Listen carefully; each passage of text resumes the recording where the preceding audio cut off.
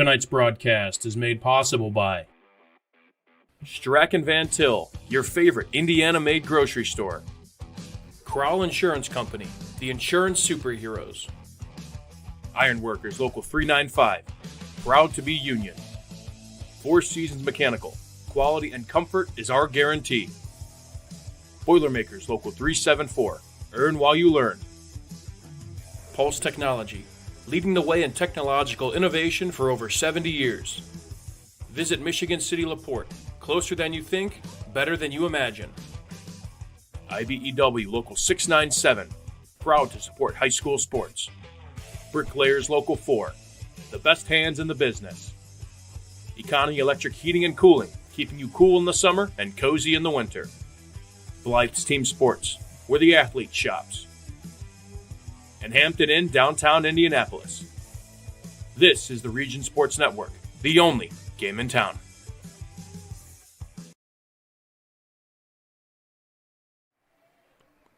Good evening, everybody. Thank you for joining us, and welcome to Game Night in the Region. On the Region Sports Network, we come to you tonight from Lake Central High School as the Region Sports Network presents live audio coverage of Indiana High School baseball as the visiting Chesterton Trojans take on the host Lake Central Indians. I'm Mike Dewan, I have the play-by-play for tonight's action. And joining me with the color analysis is Zach Miller. Good evening, Zach. Duneland baseball at its finest here to start off our week.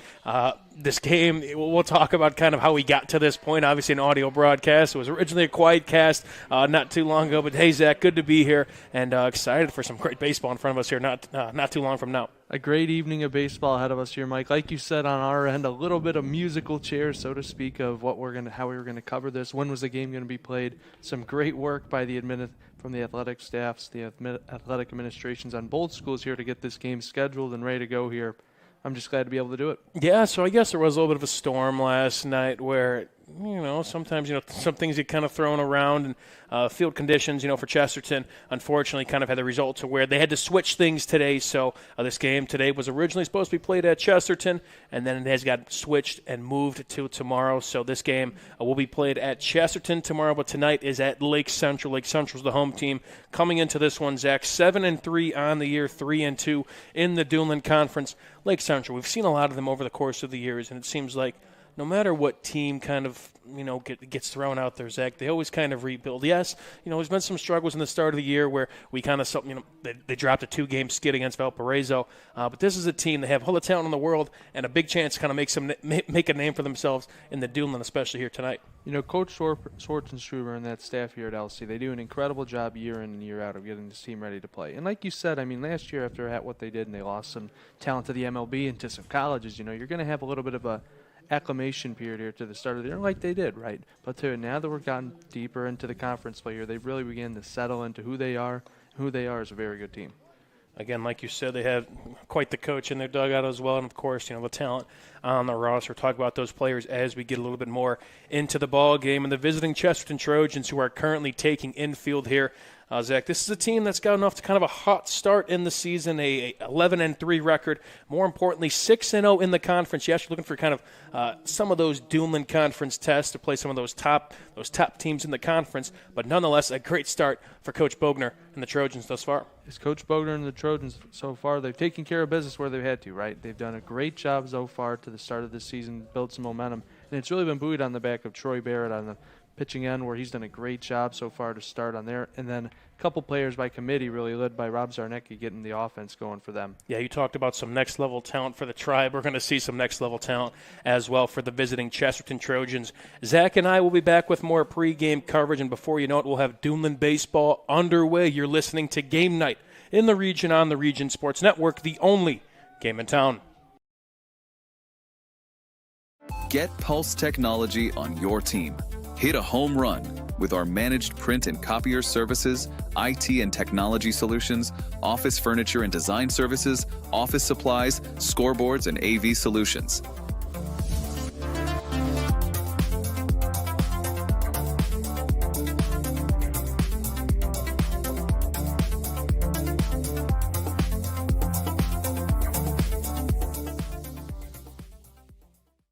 Have you heard?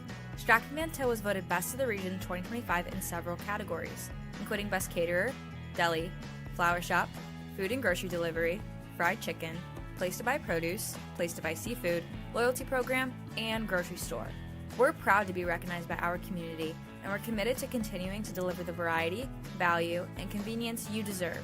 See for yourself what it means to be the best when you shop at Strachan-Manteau.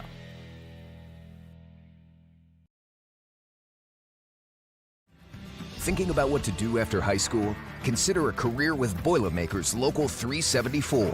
As a Boilermaker apprentice, you'll earn while you learn. We offer excellent wages and benefits, and as part of our no-cost hands-on apprenticeship program, you'll learn from the best in state-of-the-art training centers and on the job. Become a union Boilermaker and get on your way to a great career. Find out more, visit www.local374.org or call 219-845-1000.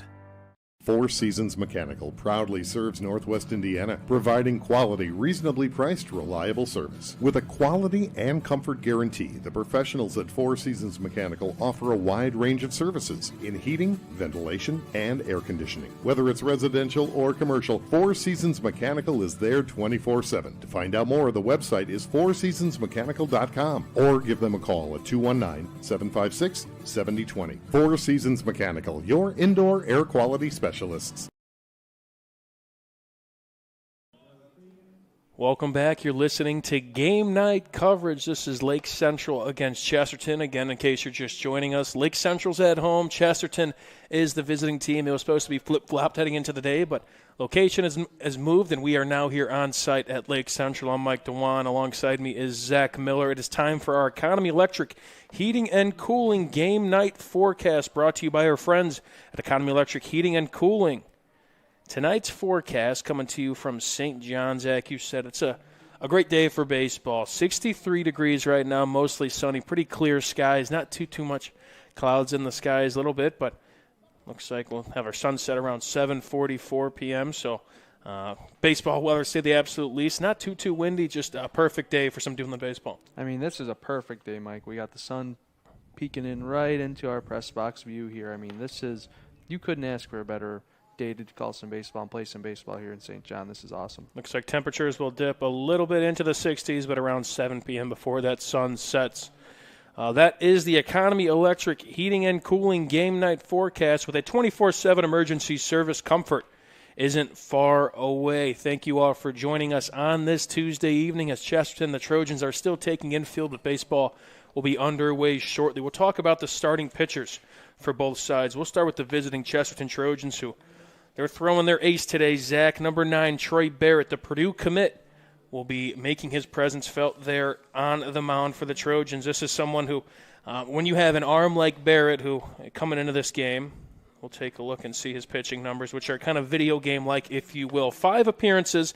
He is a perfect 5-0 and a .78 earned runs average. Not terrible, and that's a great way, Zach, to set the tone if you're the Trojans throwing your ace out there against a tough Lake Central batting order. And you want to set a statement here today, Mike. You know, you're going into the opponent's place. You know, you want to put your best guy in the mound there. Like you said, the numbers speak for themselves. I mean, 5-0, .78 ERA. I mean, that is, like you said, some bonkers numbers to say the least. You know, so you got to ride him. If you're the Trojans, you got to ride him, get a really good performance at him today, and then get enough going here on your offense just to get the win there. But I'll tell you what, when you have a pitcher like that on the mound, he makes your job a lot easier as an offense. And he's not really that physically imposing player. Only coming in, you're looking at his prep baseball profile, 5'9", 150 pounds, but has a solid fastball, has a good pitch mix as well, curveball, slider. You'll see a little bit of that. Also has a changeup, and he could do some great things with the bat as well. Don't slide him on what he does at the plate. He'll be batting second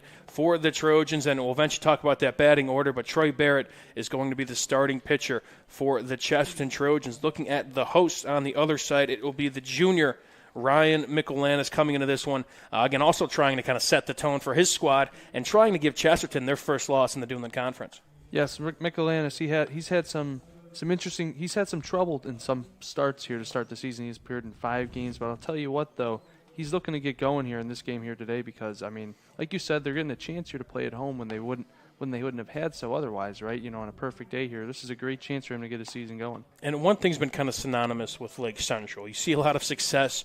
Of course, they have a lot of talented players in the field, but a lot happens on the mound. And it's something that it's probably going to develop over the course of the season. They have some young guys, an inexperienced team that's only going to get better as the season progresses. But, looking at, your Griffin Tobiases and your Josh Flores like last year and so many more to come before them, it's just one of those times, I think, for Lake Central where it's, these guys are going to grow. Again, Michelanis, only a junior, and a couple other guys that are going to be up, kind of up to speed. And a couple starts is all it kind of takes, Zach. This is a staff and a program that has proven with just those names and even in the past beyond that have proven to be able to develop MLB level pitching talent. So you know what, if you're a pitching staff, a member on this pitching staff, you just got to trust the process and say these guys know what it takes to get me to the next level.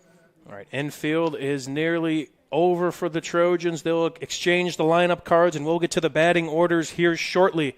Zach and I will be back. Thank you all for joining us once again. You're listening to Game Night on the Region Sports Network, the only game in town.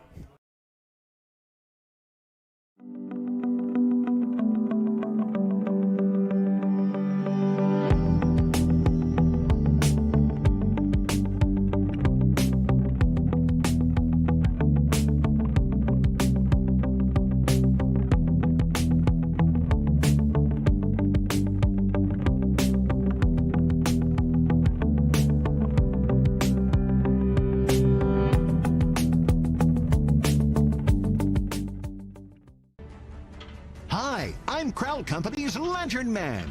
If you're a contractor, it's my job to make your insurance coverage simple and affordable. Because I know time is money, I'll come to your business. Certificates and bonds are a snap.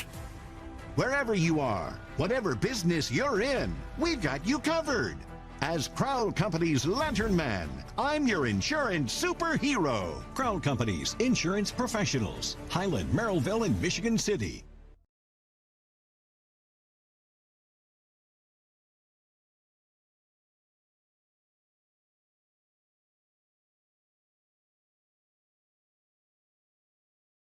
Earn while you learn from the best hands in the business. The Bricklayers Allied Craftworkers for Indiana, Kentucky Apprenticeship. That's right, this is a paid apprenticeship. I'm getting an education while learning a trade and getting paid for it. The thing that surprised me the most about this apprenticeship program is the respect I've received after the proper time and training. Classes start soon, so apply now. There are training centers throughout Indiana and Kentucky. We are the Bricklayers and Allied Craftworkers for Indiana, Kentucky Apprenticeship. The best hands in the business.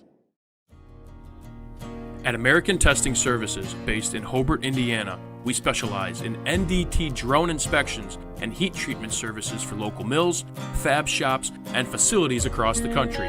From Northwest Indiana to nationwide, we deliver precision, safety, and reliability. American Testing Services, America's trusted name in NDT.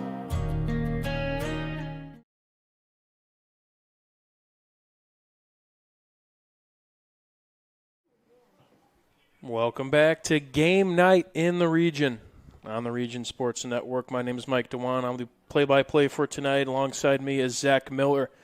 As Coach Schwartzentruber and Bogner of Lake Central and Chesterton are at home plate exchanging lineup cards. So you know what that means, Zach. It's time to name our Great Lakes Sports Hub batting orders. Again, tonight's batting orders are powered by Great Lakes Sports Hub, where athletes train harder, recover smarter, and compete at their best. Elevate your game at the Hub. Zach, we will start with the Chesterton Trojans. Setting the table was the aforementioned Rob Zarnicki, the Kentucky commit. Batting second is the pitcher, is Troy Barrett. Batting third for the Trojans, also playing first, that will be Eli McClellan, the senior. Batting cleanup for the Trojans, Gary Kirkland, the sophomore infielder. He will be playing the third base position today. And the sixth spot, designated hitting for the Trojans, that will be Dylan Bradford, the senior. Batting seventh, number 27, that is Ethan Glassman, also playing short. In right field, that is Nate Redmond. He will be the 8 hitter. And batting ninth for the Trojans and playing second base is Isaiah Prater. The visiting team on the scoreboard Now shifting things over to the host, Lake Central Indians. Kicking things off for them is the center fielder, Keegan O'Brien. Batting second to shortstop, Parker Robinson. In the 3 spot, number 19, Braden Walls, also catching today. In left field, number 3, and also batting fourth, Jacob Forstek, the sophomore. Batting fifth and playing first base is, the senior first baseman, Tyler Thuffadall. In right, batting 6 is Andrew Brower. And at the third base position, Connor Friesma, the junior. Batting 8th, also pitching today, it is Ryan Michelanis, the junior. And batting 9th, the second baseman, Victor Villegas. Chesterton decked out, and looks like they're away black jerseys. They have the maroon text reading Chesterton across the front of their chest with yellow outlines, white pants, yellow belts, and kind of yellow accents on the sleeve, while Lake Central, they're in the blue uniforms, the home blues. Lake Central across their chest, blue pants, two-tone caps, a couple stripes on their sleeve. Starting lineups are being announced. Zach, any final thoughts as we kick our week off of what's going to be a jam-packed week in both the baseball, softball worlds, as well as other events, of course, as well. But no better way to set the table, no pun intended, than this game here tonight between two tough opponents here. I can selfishly say I was scheduled to work the game tomorrow between these two teams, but I'll tell you what, I was so excited to be able to do it, so I'm very happy that we're able to get it a day early here on the Region Sports Network to be able to broadcast it for you all. This is going to be a fun one here from Lake Central. And again, we thank you all for tuning in. A lot of moving parts, and we want to especially thank those. Plenty of thanks to give out, of course, on the Region Sports Network, but especially, right now making this possible. Again, we were kind of talking about it, Zach, that to come into the day and the game's going to be at Chesterton, and then you realize, the field conditions kind of have to make that sort of, fight or flight sort of switch here, where it's like, okay, we either find a day where we could maybe schedule later in the week, or we come to this option where we switch them, where we play the game at Lake Central here tonight and switch it, and we play at Chesterton tomorrow. And it takes a lot. It takes a village to make a decision like that. And kudos to both sides for coming to this and giving us, again, a chance to be out here today and let's have some fun.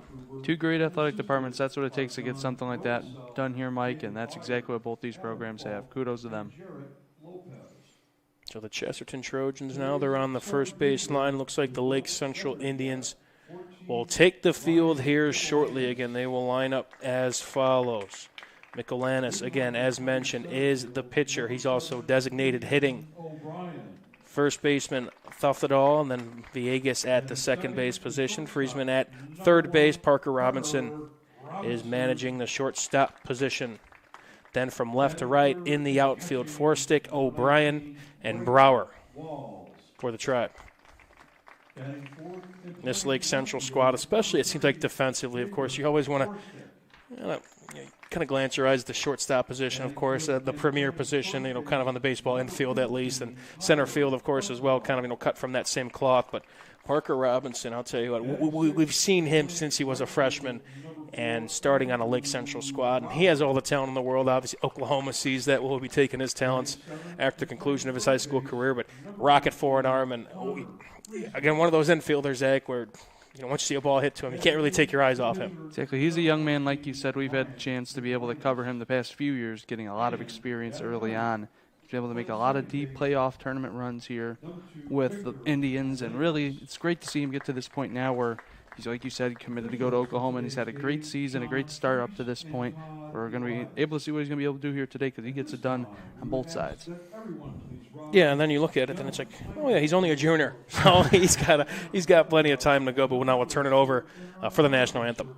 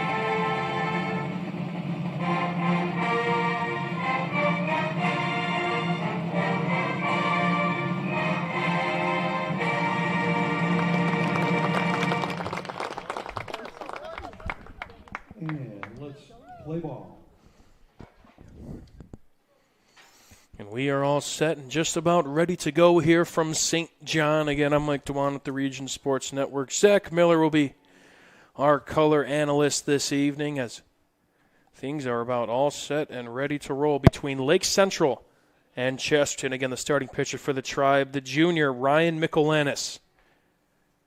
As a left-hander, he'll take his final warm-up pitches and gear up for a tough first at-bat between him and Rob Zarnicki. He's already won an Athlete of the Week.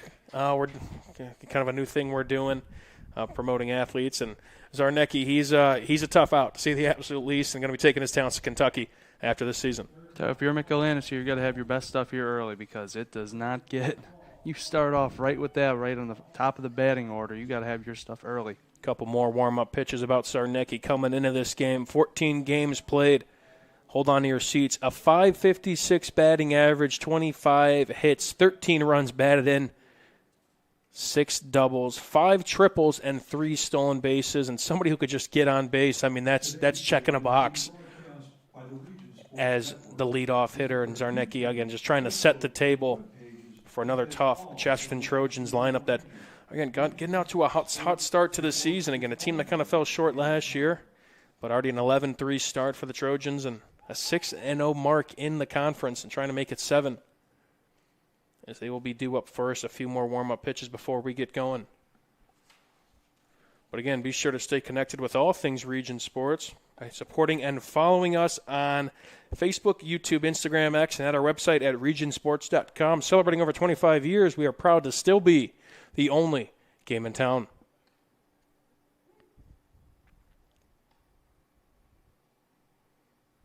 Couple more throws around the diamond.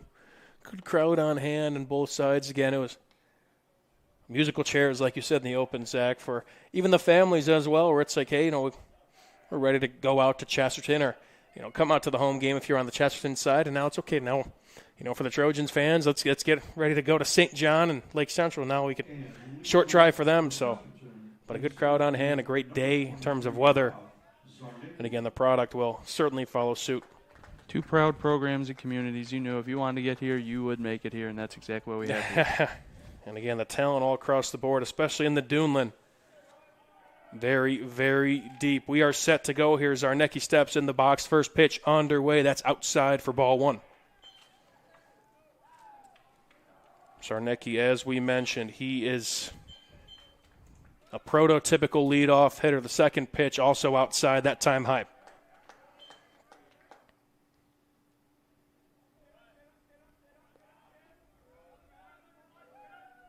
Here's the 2-0 from the lefty. That one swung on, camping under it. Out to center field. Iz O'Brien calls off his teammates and corrals it in for out number 1. Looked like a challenge pitch there, Zach, after running through the 2-0 count. That time Zarnicki got under it.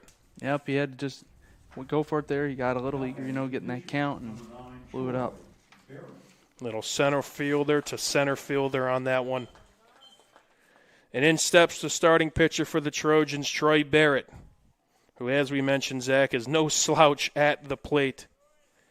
We'll get his numbers for you shortly. First pitch also outside, 1-0. True two-way player. Yeah, we'll take a look. A .476 batting average, 20 hits as well, only trailing Zarnicki. 13 runs batted in. Not bad to help his cause there on the bump. Most times. That time outside again from Michelanis. So first 2 batters, 2-0 counts. Just getting underway here. And this time runs inside in the turf, not the dirt. 3-0 on Barrett. Michelanis struggling a little bit early to find that zone, just hoping to pitch a strike in there, but that time bounces well beyond the plate. That'll be a 4-pitch walk for the starting pitcher for the Trojans. Barrett takes his base. Great patience there. That time I think this is a great chance to talk between Walls and Michelanis. Michelanis really, out of his first 7 pitches, 6 of them were balls, and that one was the out from Zarnicki. So just a quick, word of encouragement But now in steps for the Trojans is McClellan.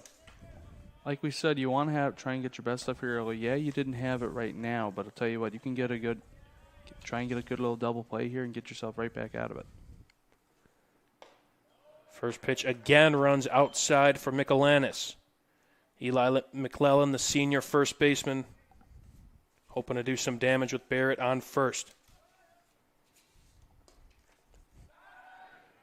They check the runner. Back in time is Barrett. Keep him honest out there. Looking at McClellan, the senior first baseman, 386 batting average, 17 hits, also 16 runs batted, and 19 scored. So a solid 1-2-3 punch at the top of the order. That time roped out to shortstop. Tough play for Robinson. Can't make it. That's a single for the Trojans. Then fumbled out there and left, but corralled. It will move the runners up a station. Now first and second for the Trojans. Only one out. Way to turn on that there inside. Get it right inside the gap there for a nice single. Would have been a tough play for Robinson. Would have been going to his right side. He's a rangy defender. He's 6'4" and makes a lot of plays, but that time put it where they ain't. And now the Trojans threatening here early. So Barrett moves to second. McClellan's at first, and now that brings up Hackett, a cleanup hitter. Again, first pitch runs outside. So far, Michelanis has gotten behind, and all four batters now. First pitch ball is here. Kind of in that same spot as well, just kind of running high and outside.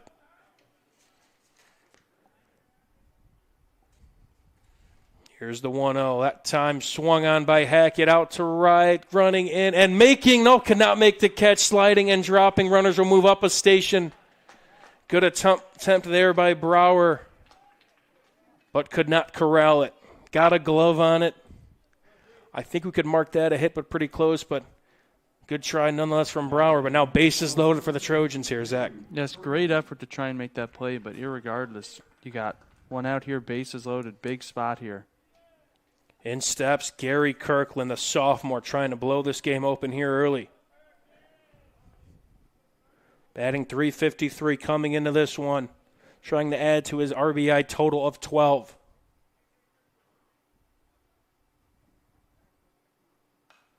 Swung on, that'll go back for a foul ball. If you're Michelanis here, you just got to take a few deep breaths, calm down, say you can get yourself out of this. A couple pitches. You don't have to end it there in one. Just calm yourself down here. It'll be the first pitch strike from Michelanis. Good to get ahead of these Trojan batters. The 0-1 outside. Bases loaded for the Trojans. Again, it was a fly out to center by Zarnecki, and then a walk, a single, and a single gets us here now. Here comes the 1-1. That's low for ball 2. Again, nowhere to put Kirkland, who has been quite effective despite only being a sophomore. The lefty kicks, fires. Delayed call, but a strike. A called strike, and now quickly 2-2. Finds the bottom of the zone there. Good pitch. That's a primary and a pivotal pitch for the Tribe. The 2-2 now underway. Swung on and missed, strike 3. Looked to be kind of a check swing. Put him, again, kind of, should I swing, should I hold up? But that time went around. A big strikeout from Michelanis and the Tribe. Great one right there. Now all you need is one out, even though you got all the bases loaded. You just need one to get out of this inning with no damage. Just a half swing there from the sophomore. And a big first punch out for Michelanis. Now stepping up is the designated hitter for the Trojans, Dylan Bradford. Bases loaded, 2 outs. That time, another half swing. They look to appeal. They say he did not swing. So 1-0. Looks like the single that we had for Hackett earlier in the inning has actually been ruled an error. So Trojans reached base via a walk, a hit, and an error. Give or take on that error, by the way. Second pitch, swung on and foul.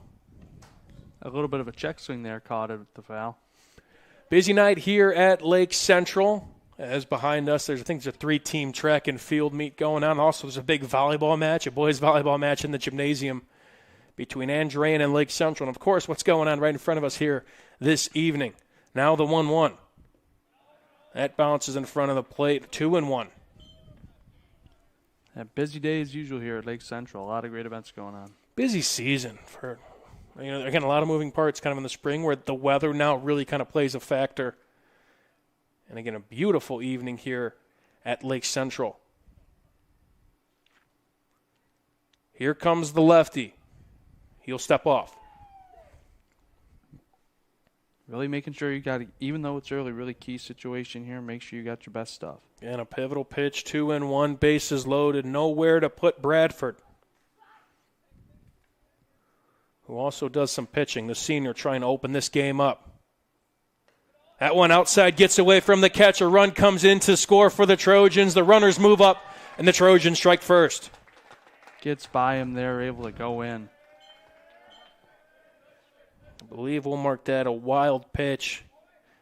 Don't know if things got crossed between Michelanis and Walls, but nonetheless the Trojans strike first, and now a 3-1 count. Once again, yes, you gave that up right there, but you still just mitigate the damage. Just because that happened doesn't mean you got to let everything else go. You got to hone in here on this pitch, on this batter. Now a place to put Bradford, at least with a 3-1 count. Don't want to make a mistake pitch here. The 3-1, outside, ball 4. He'll take his base and load him back up. 1-0 Trojans on the recent passed ball. Troy Barrett came around to score. Now batting, the shortstop, number 27. Now this time a full infield meeting as they'll talk things over as Lake Central now down 1-0 early, and stepping into the batter's box after this mound visit will be Ethan Glassman. Again, Zach and I will have 3 awards to hand out after this game as well. We'll have the Crowd Company's Lantern Man Superhero of the game, the Boilermakers Local 374 Blue Collar Player of the game, and the Ironworkers Local 395 Proud Union Home Play of the game. What's been hard to believe, Zach, you and I were talking before we got here, but about a month's time, we're going to be in the tournament. Which it's pretty crazy how quickly this season, you blink and we're already just about halfway done with the regular season campaign. Almost halfway done. We're getting our way through our conference play. Really, it moves quick, man. Once you get past that basketball state for boys, it just goes in a fly, and then, okay, we're already into the summer, really. The spring just moves by very quick, it always seems. The weather gets nice, and we know there's some good baseball and softball on the horizon, the Duneland especially. This is going to be a race that's going to be a photo finish, maybe involving the visiting Chesterton Trojans, who sit atop of the standings at 6-0 with Crown Point. After the mound visit, first one runs outside. Good job to pick that there from Walls. Or it could have been another pass ball. He's been trying to find that curveball, I want to say, on that outside corner. Just had a little high each time. Now here comes the 1-0 for Michelanis. Bases still loaded. That one swung on and driven out to left. This one could be trouble, running back and cannot make the catch. 2-run score. Here comes another trying to get to third. Relay cannot get him. A bases clearing triple for the Trojans. That one had some hang time on it, Mike. Oh, my goodness. That one almost looked like it was going to leave the park for a moment there. Forstek was playing a little bit shallow, had a good jump on the ball, and eventually kind of found his way under it, made a diving play but could not corral in what was a rope out to left field by Ethan Glassman. And blink it, now it's 4-0 Chesterton. That's what we were talking about in the pregame, Mike. They can get on you early. You and I were talking about the awards, Zach, and that's a leading candidate for the play of the game. A 2-out bases clearing triple. As first pitch ran outside, in stepping for the Trojans is Nate Redman. Another ball dribbled in. Looks like we already have some action in the Lake Central bullpen. We'll get a number for that.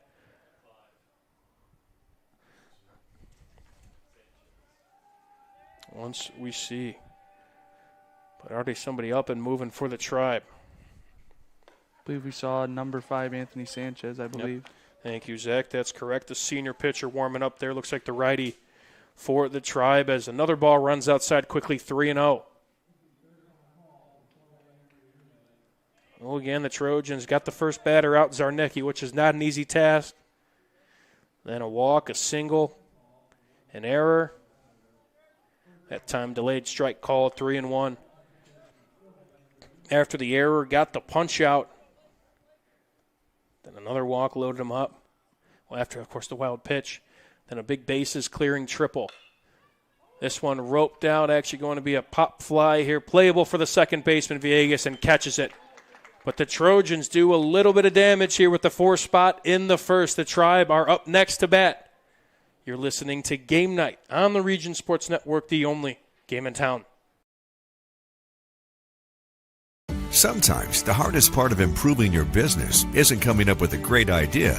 It's knowing what to do with it. Chester Inc. Architectural and Construction Services is ready to meet all your industrial and commercial construction needs. Whether it's a small build-out or a complete construction project, Chester will design, build, and finance. Our team eliminates multiple contractors, providing you a single point of contact while staying within your budget. Chester Inc. Architectural and Construction Services, turning your ideas into realities.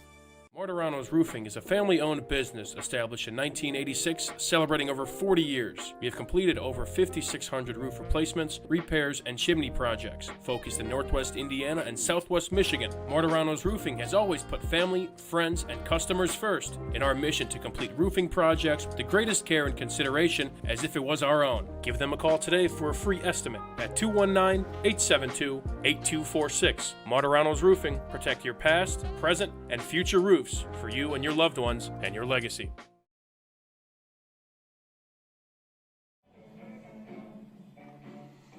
Back here on the Region Sports Network, Mike DeWan alongside me is Zach Miller, who also is our producer.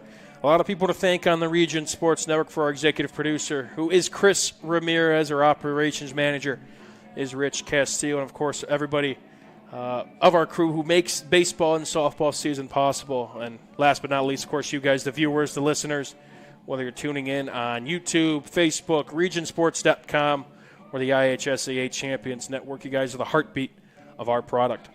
Zach, a 4 spot in the first inning for the Trojans by the tune of, we had them down for 2 hits, 1 error, 1 reached via error, 1 runner left on base. 3 of those runs earned, but no bigger hits than the rope out to left field by Mr. Ethan Glassman of the Trojans. 2 outs, too, as well. All runs scored with 2 outs. And quite the cushion for their ace on the bump here today. Yes, Michelanis there got some guys on bases early. Looked like, he may have settled in, though. Got a couple outs, like you said, but then got a walk there at the end. Tried to mitigate the damage, and Glassman got up there, hit a big, deep shot to the left field, hit it up against the fence, getting that bases clearing triple. And now in steps the Purdue commit, Troy Barrett. Again, a 5-0 record in 5 appearances, 18 innings pitched, only 2 walks to 39 strikeouts. Has only given up 2 earned runs. Both of his runs given up have been earned, and 9 hits in total as he's finishing up his warm-up pitches. Looks like they were checking out the mound a little bit. I think that's Coach Bogner and the 2 umpires, or just having a chat as the infielders converge. And stepping up first for Lake Central will be another center fielder, this time Keegan O'Brien. He's another name here on this Lake Central Indians team that has contributed for a few years now. I had a couple state champs on this team. I know you were quite familiar with that team and that game as well. You produced that absolute thriller back at Victory Field. First pitch swung on and missed from Barrett, the left-hander. Nice little movement on that pitch. Yes, so that was a very fun team to cover. O'Brien, 286 batter, 10 hits on the year, 3 runs batted in, 2 doubles. But quickly 0-2 as second pitch also swung on and missed by O'Brien. Tough matchup here, lefty-lefty. And Barrett wasting no time. Now quickly the 0-2. That time just missed the outside of the zone. Ball 1. Could already tell early he's got a little bit of swagger in his step there on the mound. Barrett. Got him leaning, drop third strike, throw down the first in time, out number 1, and strikeout number 1 for Barrett. Getting started early here. You said it, Zach. When you kind of have a .78 ERA, you deserve to have a little bit of swagger. And then, of course, taking his talents not too far from here at Purdue. come that time. Like you said, man, he gets it done on both ways here, both with the bat and with the pitch. Really got the party started for them at the plate in the top half of the inning. Now a little Purdue versus Oklahoma battle here as Parker Robinson takes ball 1. The senior kicks, delivers, swung on and missed from Robinson. It's good on good here. Division I talent.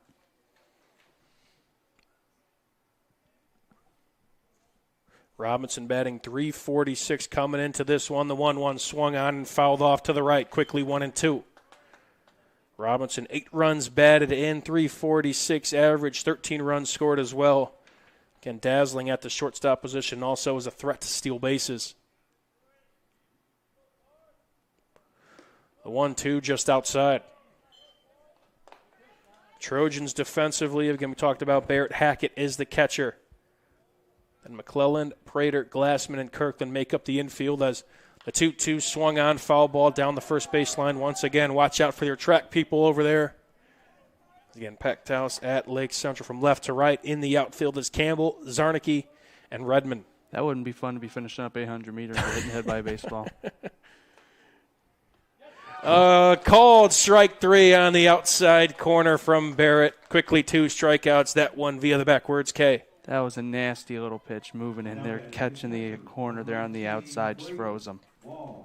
You said it, Zach. He's got that swagger, and so far he's wheeling and dealing as in steps the catcher for the Tribe.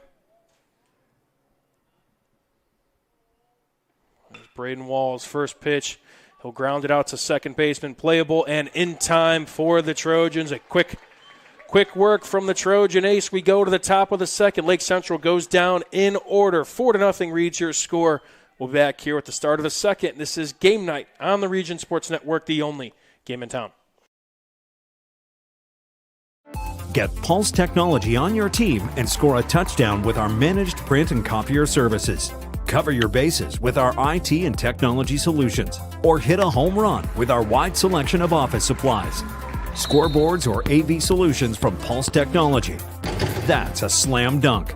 Or go for the grand slam with our office furniture and design services. Get in touch with us today. Pulse Technology, powering Indiana business since 1919.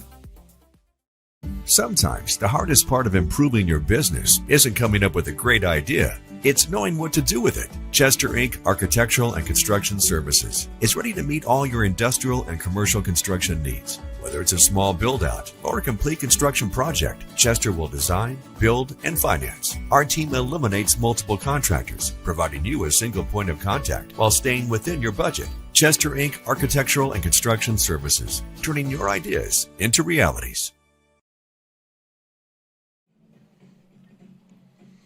Back here on the Region Sports Network, 4-0 in favor of the Trojans, who are due up to bat. It will be Isaiah Prater.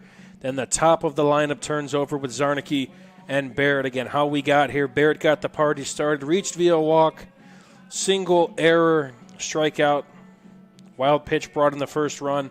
And then Ethan Glassman has done a lot of the damage with a base-clearing triple, while Troy Barrett had quite the efficient first in the bottom frame, striking out 2 and retiring the Indians in order here, Zach. If you're the Trojans, this is about as perfect of a start as you could have asked for realistically, right? You got your offense going early, getting 4 on the top, and then getting a few strikeouts and just a really quick play there from Barrett.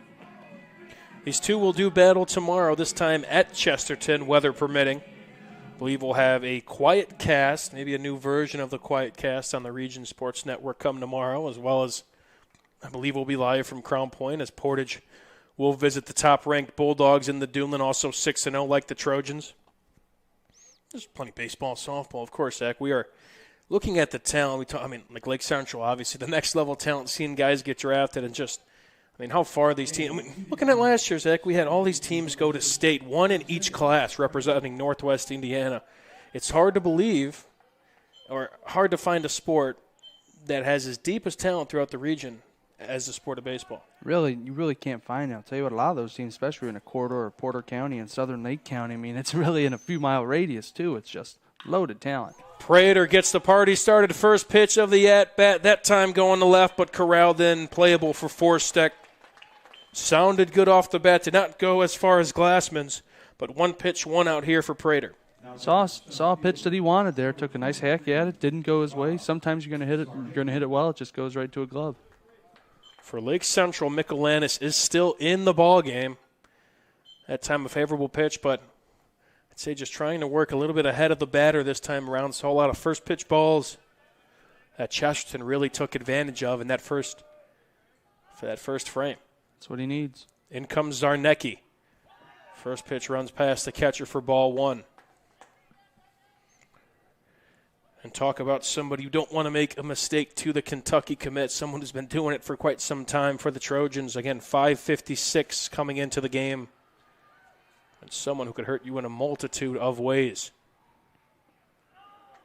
Second pitch dribbles into the turf for ball two. I mean, 5:56, that's like road to the show numbers. Video game-like for sure. So he's going to do some damage in Lexington as he takes ball three. No action in the Lake Central bullpen. Saw some a little bit in the top half of the first, as that'll be a 4-pitch walk for Zarnecki. Keeps up those road to the show numbers like you mentioned, Zach. I mean, that'll help. I mean, take it in 4 pitches. Good, great at bat for him. The pitcher, number 9, Troy. He's also tied for the team lead in stolen bases with the starting pitcher, Troy Barrett. He has 6 on the year. So watch out for that. Obviously, the lefty, Michelanis, has a good glance at Zarnecki. The 0-0 dribbles into the dirt once again. Zarnecki gets to second. Throw is not in time. Dribble that home. Nice play by Walls, but looks like that took Villegas to the third base side. Good luck trying to tag Zarnecki. That'll be his 7th stolen base of the year. Yeah, I thought the speed on the throw was nice, just a little to the left of the second baseman there. Now quickly a 1-0 count, runner now on second base. Here's Troy Barrett trying to further help his cause, who came around to score. She takes in a cold strike. Worked the tough walk in the first inning.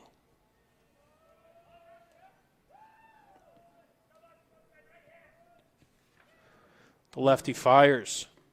Runs inside, just misses the pitcher Barrett, but 2-0.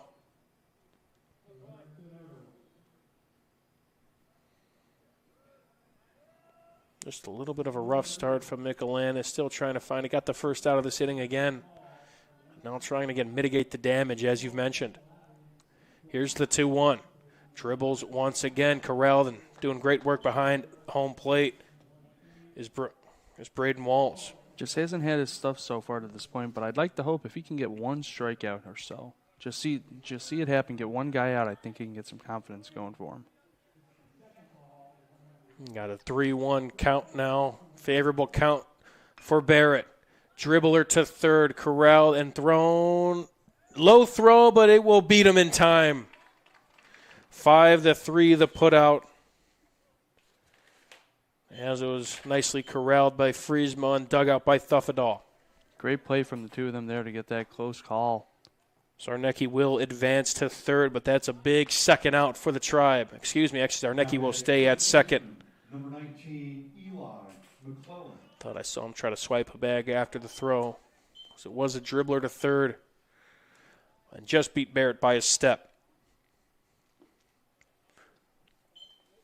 First pitch swung on and missed by McClelland. Be a little more confidence there with him after getting that out. Eli McClelland had the first hit of the ball game for the Trojans. He came around to score on that bases clearing triple.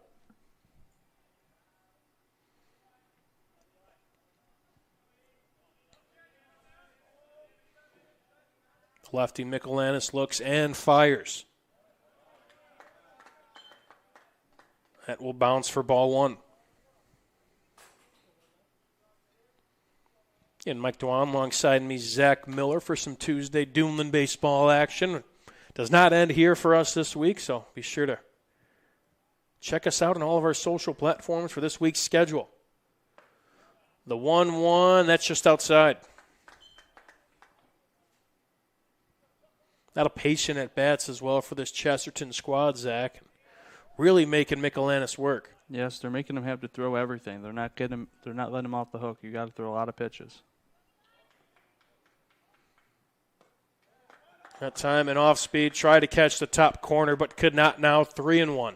A lot of movement on it, just didn't move it just enough to get into that box. Yeah, I'll be sure to pull up the game changer and see where we at with the pitch count. But it might be getting up there for Michelanis. The 3-1 now swung on and fouled off by McClellan. Now count runs full. 2 outs. 3-2 against Zarnecki at second.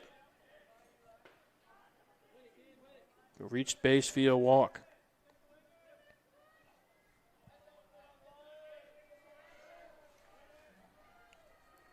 The payoff pitch.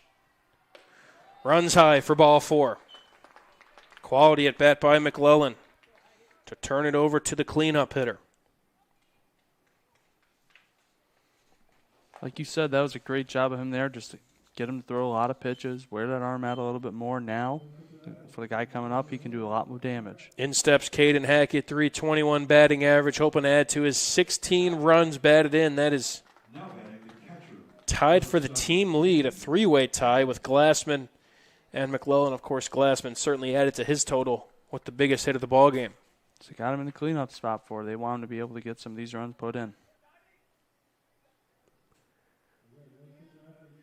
First pitch outside. Good job by Walls to elude any damage. That one ran high again. Walls had to get up from his squat.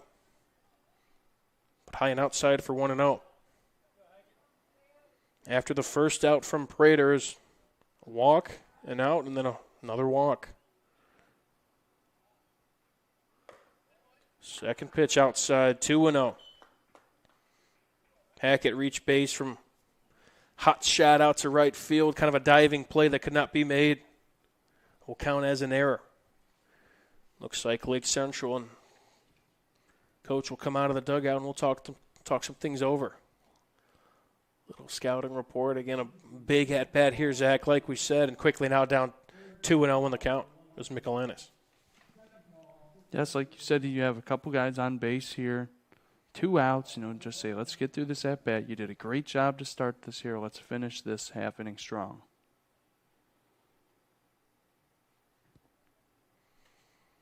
It looks like the catcher and Coach and Michelanis, they converge on the mound while all the infielders coming right beyond second base behind Rob Zarnecki of the Trojans.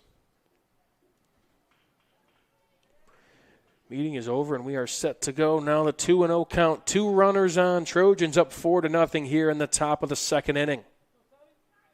A beautiful evening out here at Lake Central. The Trojans hoping to spoil the party. A 2-0 again outside. Just about that same spot, high and outside, especially to these righty batters. Yes, he's been high and outside a lot here early.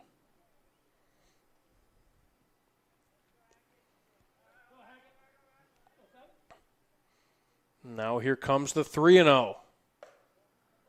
That time just upstairs. Take your base, and bases are now loaded. Runners move up a station. Coach will come out. It looks like that could be it for Michelanis as Coach Sorchentruber makes his way out of the third base dugout.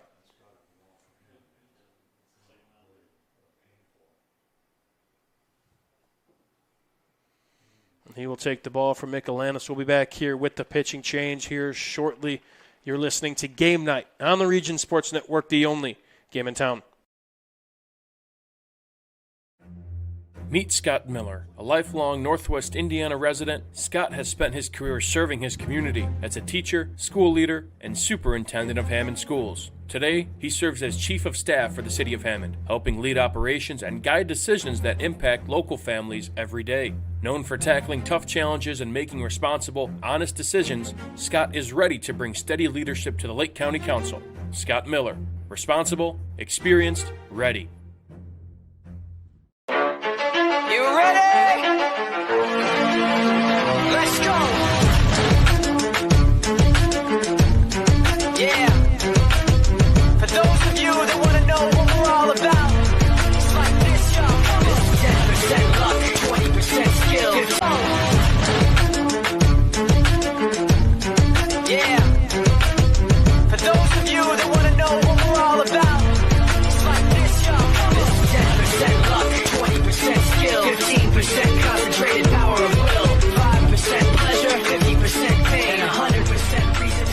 back up to bat here. You're listening to Game Night on the Region Sports Network, the only game in town. Located in the heart of downtown Indianapolis, the newly renovated Hampton Inn is within walking distance to over 30 restaurants and attractions, including Lucas Oilfield and Gamebridge Fieldhouse. Hampton Inn has much to offer, including a hot breakfast, high-speed internet access in every room, as well as a fitness center. Why wait? Make your reservations today. Call 317-261-1200 or make them on the web at hamptonin3.hilton.com. Hampton Inn, Indianapolis, downtown. Some see a volleyball match. We see a student athlete learning how to be poised under pressure.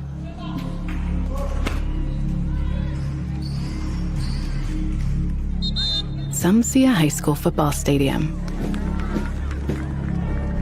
We see the one place where the whole community comes together. Proud to keep education in front of athletics since 1903.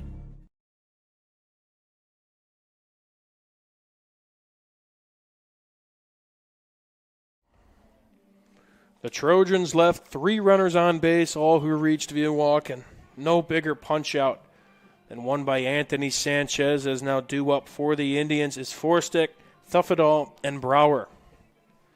As the Indians in the bottom half of the first went down in order. But it's been a little bit of time since Troy Barrett has been in action on the mound. I keep wanting to say circle. I feel like we've been doing a little bit more softball, so I'm a little bit in softball mode now. I know we keep getting thrown. Getting them mixed, right? Yeah, we're getting it together here, though. That was a great response from Sanchez, though, thrown to a tough spot to keep his team in it early. As in steps the cleanup hitter for the Tribe. First pitch in there for a strike. Barrett's been really having that movement pitch there, moving from his left to right. It's been working early. And he just works quick. Now quickly the 0-1. Swung on and missed. Forstick, 36 at-bats, a .333 average, 15 runs batted in, which leads the team. Also 3 triples, but quickly down 0-2 in the lefty-lefty matchup. That time a called strike 3, another punch-out for Barrett, his 3rd of the ball game. That one had a little bit of heat behind that one. Forstick was not ready for that one. A second backwards K for Barrett, and now in steps Thuffadall. Another tough lefty-lefty matchup. It's been smooth sailing so far for the Chesterton Ace. First pitch outside for ball 1, Thuffadall. 179 average, 10 runs batted in, also scored 6. 1 double on the year. Second pitch bounces in now quickly, 2-0. First time Barrett has really fell behind in the count. As some clouds have rolled in, Zach. Welcome to Northwest Indiana, where it was just about sunny in the probably bottom half of the first, but now a little sunny. Don't mind it. That time a called strike, 2-1. Yeah, I'll tell you what, I was wondering why I was able to see better. It's because I wasn't squinting so much. Who would have thought? The sun. Welcome to the region. Swung on, foul ball. Hopefully eluded our cars over there on the parking lot as that went down the third base line into foul territory. Don't think my insurance covers foul balls.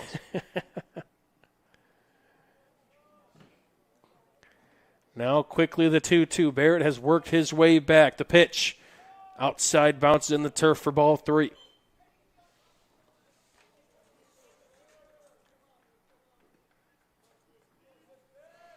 Tribe looking for their first base runner.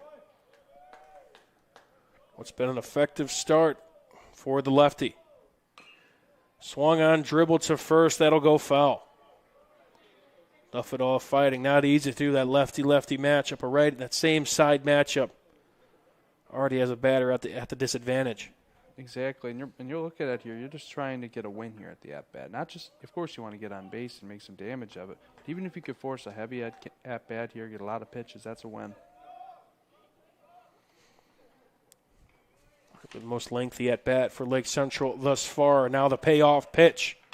Swung on, rope to first, but caught at the hot corner. At least a first base, as that one was laced but snagged in by McClellan. McClellan ready right for it. Didn't really have to move for it. Had the glove up and ready. Great catch, great reactions. We'll call it the second hot corner. As no, it was not roped to third, but McClellan showed off some third baseman skills with the nice snag and, more importantly, the second out. As here comes the lefty Brower. First pitch swung and missed. It's been a lot of swing and miss here, Mike. Got some good stuff on that bat. Yeah, he's just, again, very, very, very tough as we see it again. And there's swing and miss, just mixing up his stuff well and feeling it like you said. And look, right to it, instantly ready to throw again. He's moving quick. He's controlling the game. That time a called strike three. Down goes the Indians in order. Barrett does it again, that time with the backwards K. We'll go to the top half of the third. You're listening to Game Night on the Region Sports Network, the only game in town. Get Pulse technology on your team. Hit a home run with our managed print and copier services, IT and technology solutions, office furniture and design services, office supplies, scoreboards, and AV solutions.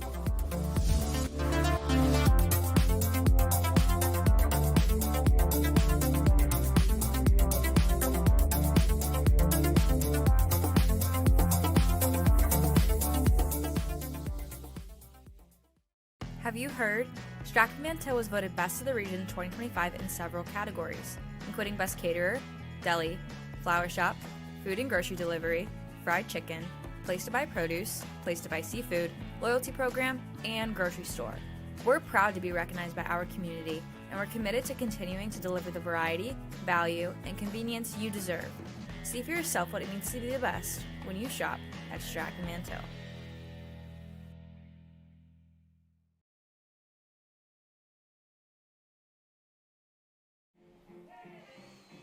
Back here on the Region Sports Network, Troy Barrett made quick work of the Lake Central Indians, and we bring ourselves to the top of the third inning. Due up for the Trojans, it will be Bradford, Glassman, and Redmond. As again, in for the Tribe on the bump is Anthony Sanchez, who got a huge out at the bottom of the second to get out of a bases-loaded two-out jam. You and I were talking about at the break, Zach Miller has that funky sidearm release, kind of 9 o'clock-ish. Something you see even on NFL Sundays, like you mentioned, some of your favorite quarterbacks, just that kind of sidearm when you're in kind of tough spot. Just a funky release for a batter. Yes, it's hard. It's hard for you to figure it out. You know, he's, like you said, he's got that awkward release. Kind of little, I thought, Matthew Stafford looking on Sundays. But here he's making some great work of it here on the mound. Now he'll have a clean slate to start the top of the third inning. Again, 4-0 in favor of the Trojans. A big bases clearing 3-run triple in the first by Glassman, who we'll see later in this inning. But stepping up first for the Trojans is Bradford. First pitch from Sanchez is in there for a called strike.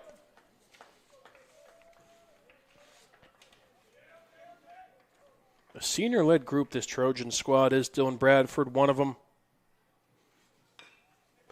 This time hits a chopper to be corralled by the third baseman, running in, making the play. Bounce throw, could not corral it. Looked to be a tough throw there. Might have short-armed it. Tried to be snuffed out, but beating the throw there was Bradford. Dude, that's what happens, though, if you're Bradford, though. If you're able to put some pressure on the base paths there, just keep running hard, you can force a mistake. Friesma had a little bit of time. Might have would have beat him by a step or two, but just shorted it. Made a tough play for Thuffadal.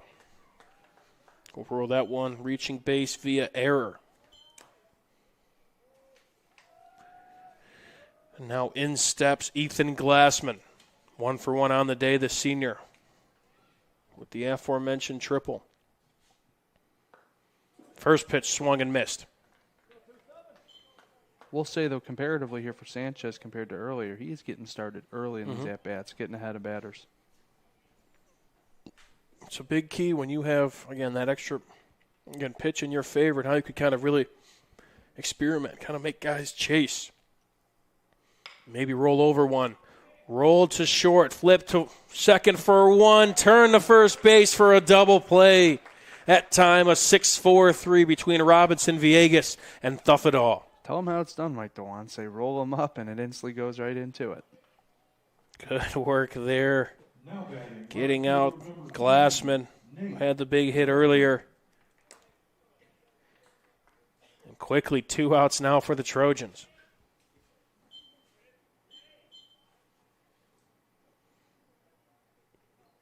First pitch outside goes to Redmond. Indians showing some new life here under Sanchez. A lot more pep in their step here. That time swung on the 1-0 pitch, but looks like O'Brien camping under it and does a quick 1-2-3 inning for the Tribe. We'll go to the bottom half of the third. You're listening to Game Night on the Region Sports Network, the only game in town.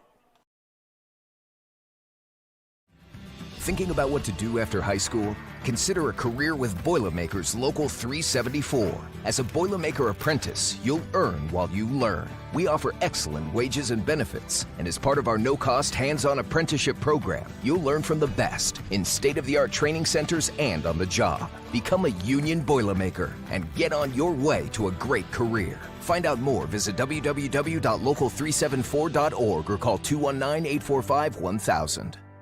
Four Seasons Mechanical proudly serves Northwest Indiana, providing quality, reasonably priced, reliable service. With a quality and comfort guarantee, the professionals at Four Seasons Mechanical offer a wide range of services in heating, ventilation, and air conditioning. Whether it's residential or commercial, Four Seasons Mechanical is there 24/7. To find out more, the website is fourseasonsmechanical.com or give them a call at 219-756-7020. Four Seasons Mechanical, your indoor air quality specialist. Back here for the bottom half of the third, Mike DeWan alongside me is Zach Miller, who's doing the color commentary as well as producing the game here this evening. Again, we thank you all for joining us. We're happy to give you the audio broadcast of the Trojans taking on the Indians of Lake Central. Zach, right now, favorite part about baseball season? High school, MLB, whatever. Just kind of this part of the sports calendar. It's always a fun one. I'll tell you, I like seeing the different matchups. I got to say, as a White Sox fan, I like seeing Minnetonka. I like seeing that in the home runs. With Southside Samurai, I thought I saw him throwing around. I love that. There's been a few different good nicknames. I would love seeing that. It's good to see baseball back. Although you're saying a White Sox fan, I don't know if I'm a big fan of that. First pitch rolled to first, 3 unassisted, and going down on one pitch is Friesman. Don't hate, appreciate. It's all Chicago, so. Sure it is. But broadcast divided over here. I'll tell you what, just happy baseball's back, though. Cubs, Sox, whatever you're a fan of. Yeah, just hope it's not a Chicago team and not the Brewers or, somebody else, the Cardinals. Cubbies were looking great for a while there. Yeah, knock on wood. As first pitch is in for a called strike, stepping in is the starting pitcher for the Indians, Michelanis. What'd they get up to, 9, 10 wins in a row there? Yeah, tough stretch on the West Coast as they will take on the Padres tonight. Second pitch goes outside for Barrett, now a 1-1. Just happy, just going to games. Just to be at a baseball game or a softball game, it's just a different experience than what you'll see from going to any other event. As second pitch is swung on and missed from Michelanis. Nothing compares to a day at the ballpark. And you like the pitch clock, of course, but again, being at the ballpark, it's like you don't want this game to end. So it's kind of some give and take. That's a topic for another day. Swung on and missed, strike 3. Barrett punches out another, as now he is up to 5 Ks in the ball game and has faced the minimum. Now batting second base, dealing. Number 2, Victor Villegas. Now here comes the starting second baseman for the Tribe, the 9-hitter Victor Villegas. First pitch, swing and miss again. Barrett again getting ahead of the count and working very quickly here, Zach. Not a lot of fouls either. He's just getting guys not being able to hit that bat. Deceptive stuff, as here's the 0-1.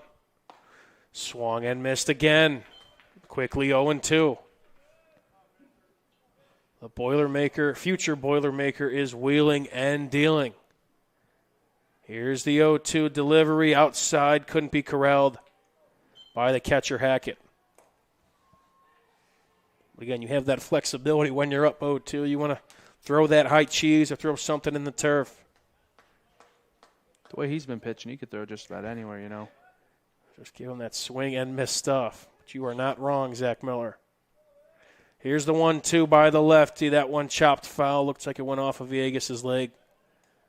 He's all good.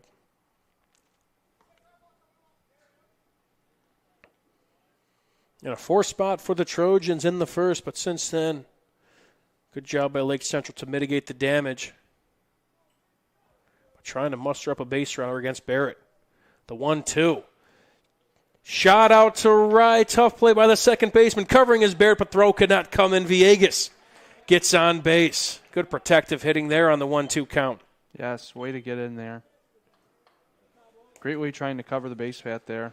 Trying to get it, just couldn't corral it in to make the throw. Hit it in between Prater and McLellan. McLellan initially dove at it, could not get it. Prater corralled it, as then Barrett covered for McLellan, but Prater could not get the throw in. Now the lineup turns over to the center fielder for the Tribe. It's Keegan O'Brien.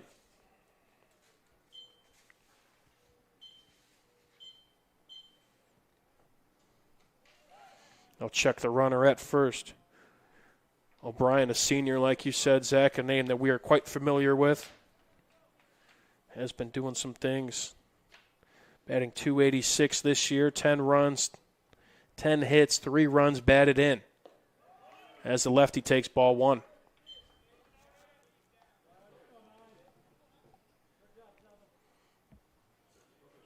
Like the way he threw that pitch out there to start the at-bat. Really wasn't Joe Anderson. Hey, I'm in control here. You got to watch out. Couple step lead from Villegas at first.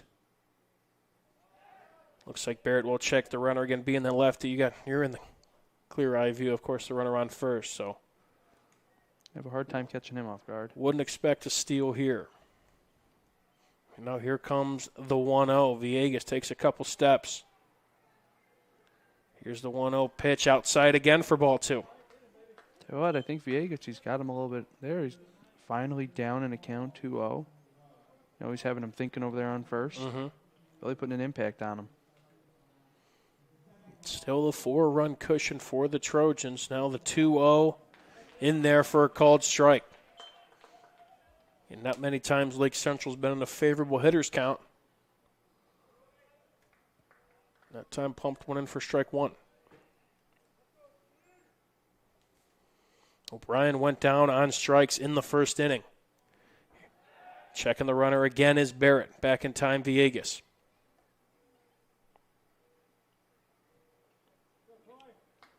It's exactly what you want to do as a base runner. Try and get in the pitcher's head to have him do anything but just throw off his mind a little bit there. Lefty fires.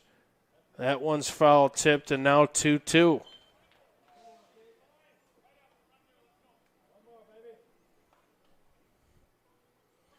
O'Brien working hard. Trying to keep the inning alive for Lake Central with Parker Robinson on deck.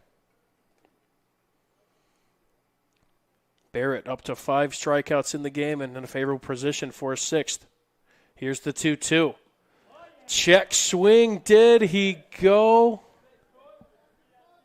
I do not think so. So another count will run full. That was a close one. That was a half swing. That was close, Zach. Runner will be in motion here. Full count, 2 outs. Swung on and missed, strike 3. Barrett got him with the heat, and that'll be his 6th strikeout of the game, 2nd in the inning. Barrett got him with the heat, and that'll be his 6th strikeout of the game, 2nd in the inning. Lake Central does get a base runner, a hit, but cannot score. And probably could have been corralled by Thuffadall. Tough kind of bang-bang play, but nonetheless it'll be an error charge on either the first or third baseman there, Zach. Number 23, Rob Zarnicki. Tough one there, letting the guy get on base, but you know what? You got to settle down here because now you got to focus at the batter on hand here, and Zarnicki hitting well over 500 right. on the air. Rear view mirror, but one of those things where you want to try and limit as many base runners when you turn the top of the order over, especially with this 1-2 punch of Zarnicki and Barrett. each batting well over 450 as they check on the runner, and lunging back is Prater. That's error number 3 for Lake Central by our unofficial score count. Only 2 hits for Chesterton, but a couple walks, couple errors. That led to a 4 spot. That time a hard hit ball up the middle. Could not get it is Robinson, and Zarnicki gets on base with a roping single. Now runners on first and second, nobody out. And that's what happens, Mike. You were just talking about it. I mean, it's hard enough against a team like this in Chesterton, who's done great to start the year with all the talent they have at the top of the lineup. But so now you got to, if you want to have a chance to win, you got to stay out of your own way as well. That you ball, 3 errors like that. Sorry, Zach. That ball was absolutely pieced in between Robinson and Villegas, 2 sure-handed defenders. But no one's making a play on that. Now in steps Barrett. Once again, another Division I guy who's been producing at a high level here this season in this game. Got to look out for it. No outs. 2 guys on. Only trying to help his cause even a little bit more. He came around to score after the first inning walk. He grounded out in the second inning. So coming into this one, 0 for 1 on the day. But a chance, again, to really kind of blow this one open with runners on first and second, nobody out. And a late time called as Sanchez looked to just about be winding up.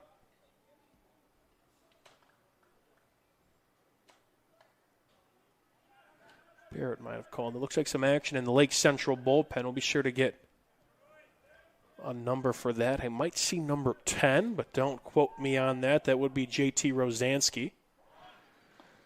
As laying potential butt down was Barrett, but that one ran outside. He pulled it back for ball 1.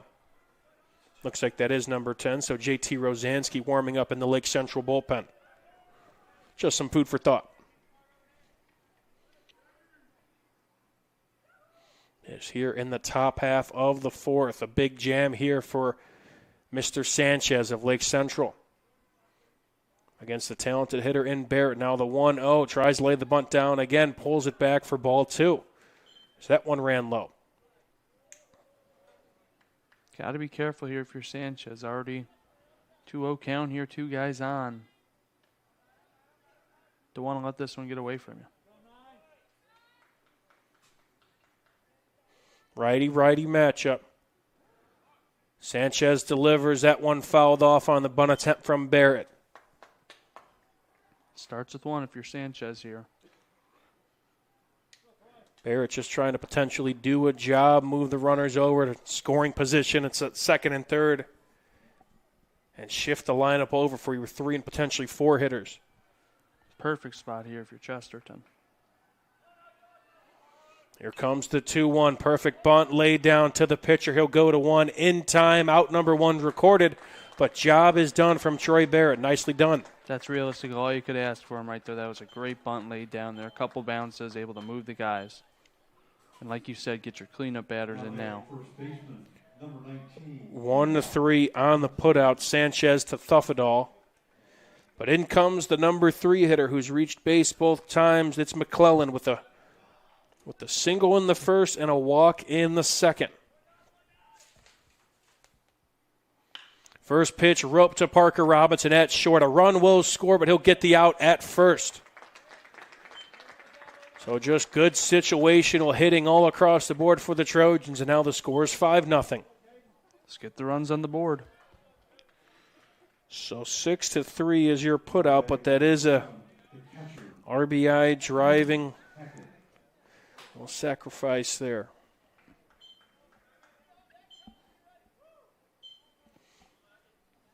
In comes the 4 hitter, the starting catcher, Hackett. Was 0 for 1 on the day, reached base via error. First pitch outside for Sanchez. Only 3 hits for the Trojans, as we mentioned. Reached base 3 times via error. And they have made the Indians pay because of it.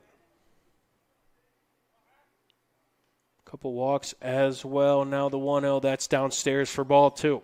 Taking advantage of all the opportunities they've gotten, Mike. Runner on second is still Zarnicki, who was itching to get home.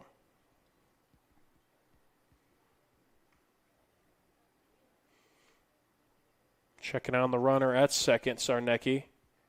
Couple mind games. Here comes the pitch. Too well roped into left field for a base hit. Rounding third is Zarnecki. Play at the plate, not in time. Heads up base running, going to second. Throw down. Not in time as the Trojans now up to 6-0 on the single and advance to second base from Hackett. Great play there. Another hard one hit into that left field there. Gets Zarnecki home, and then smart base running there, able to keep going on the play, keep the hard effort in there, and able to get into second, stretching into a double. Looks like a runner will come in for the catcher, Hackett.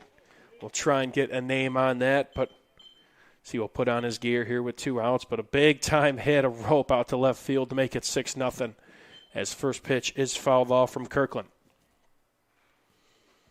And the party started with Prater reaching via error, then a hot shot by Zarnecki. And 2 outs, and once again, 2-out hitting. Had the sacrifice on the 6-3 put out from McClellan. And then Hackett comes through with a big single, driving Zarnecki. Just a lot of guys contributing right now, Mike. A lot of guys just contributing in a bit of ways just for them to get runs. Deep lineup.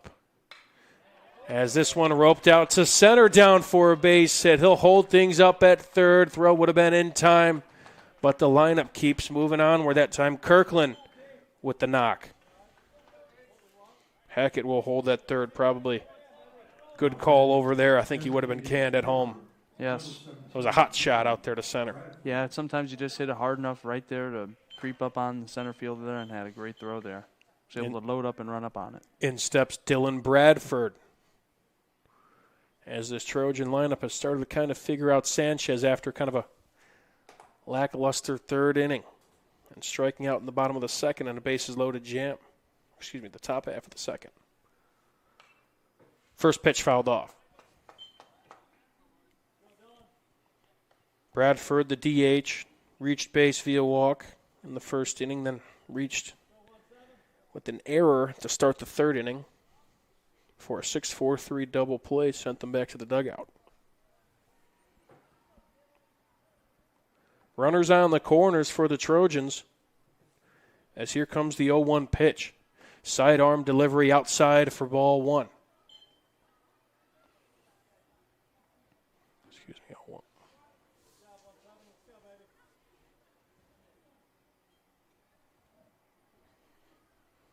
Hackett at third, Kirkland at first for the Trojans.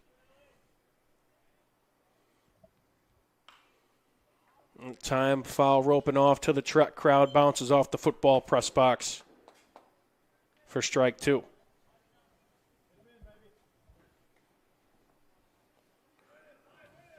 We'll have to get a look at our pitch counts as well, Zach, on the lovely app Game Changer.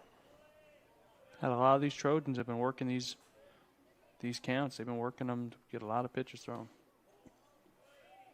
Looked like that pitch ran inside. Looked like Bradford might have been vouching that the pitch got him, but umpire says it did not. It will be ball two. We'll get a couple scoreboard updates as well once we have a minute. But a 2-2 count here with 2 outs. That one chopped to third base but goes foul. Well, Strack and Van Til's scoreboard update. Well, this is a big one brewing over here, Zach. A game we'll talk about tomorrow between Crown Point and Portage. Right now, I got 2-1 the score in favor of the host Indians. That game's at the end of the fifth. Wow. So for the Trojan fans out there that are looking at the Duneland standings, that could play a big part. As the 2-2 runs outside, they'll run the count full. If it finishes that way, that would be a surprise for sure. I know Portage has an ace. Yeah, Hacker, I believe, is on the bump for them. We'll look at a couple other scores around the region once we have a minute. That one swung on and missed, strike three. They get out of the jam once again, but not before the Trojans plate 2 more runs to make the score 6-0. We'll be back here with more. This is Game Night on the Region Sports Network, the only game in town. Sometimes the hardest part of improving your business isn't coming up with a great idea.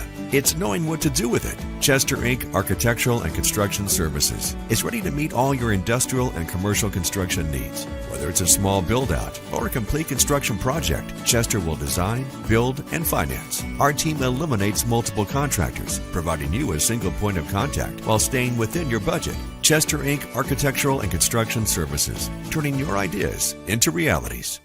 Mortorano's Roofing is a family-owned business established in 1986, celebrating over 40 years. We have completed over 5,600 roof replacements, repairs, and chimney projects, focused in Northwest Indiana and Southwest Michigan. Mortorano's Roofing has always put family, friends, and customers first in our mission to complete roofing projects with the greatest care and consideration as if it was our own. Give them a call today for a free estimate at 219-872-8246. Mortorano's Roofing. Protect your past, present, and future roofs for you and your loved ones and your legacy. Couple more Strack and Van Til scoreboard updates, looking at scores both baseball and softball around the region for the Chesterton Trojan softball fans. They got a big-time win over Michigan City, 22-0. That team has been quite competitive in this early stages of the softball season. Lake Central softball, they are up 7-1 over at LaPorte. That game is in the bottom of the fifth. Lake Central had a big 5 spot at the top of the fifth inning to blow that one open. Some other Duneland scores. Looks like LaPorte is up 7-3 on Michigan City in the baseball world. Crown Point leading Valparaiso in softball 11-0 that game at Valparaiso. As we are back here as Lake Central takes over in the bottom half of the fourth. Stepping in is Parker Robinson as he takes ball one. Troy Barrett still pumping in the circle as he'll get a called strike to even up the count at 1. Barrett's been quite effective. 1, 2, 3, 4. And we got 6 strikeouts for the future Boilermaker. That time a second strike thrown there to Robinson, 1-2. Still moving with a lot of confidence, and he has all the reason to do so. Robinson struck out via the backwards K in the first inning. That time fouled off to the football field, heads up over there at the 3-team track meet. 10 points. See, you were a shot put guy, so luckily we're kind of out of harm's way, maybe in case you compared like the the track athletes, at least in kind of this setup, right? Is that pitch is outside. Man, athletes, that had a little bit of a negative connotation. Athletes. Okay. What does that mean? Well, okay, looking at where Lake Central is, you see where the shot put is over there. I think you're out of kind of harm's way. You get a foul ball. You can get a foul ball. Yeah. There. A little bit different than a common one. As Robinson works, ball 3.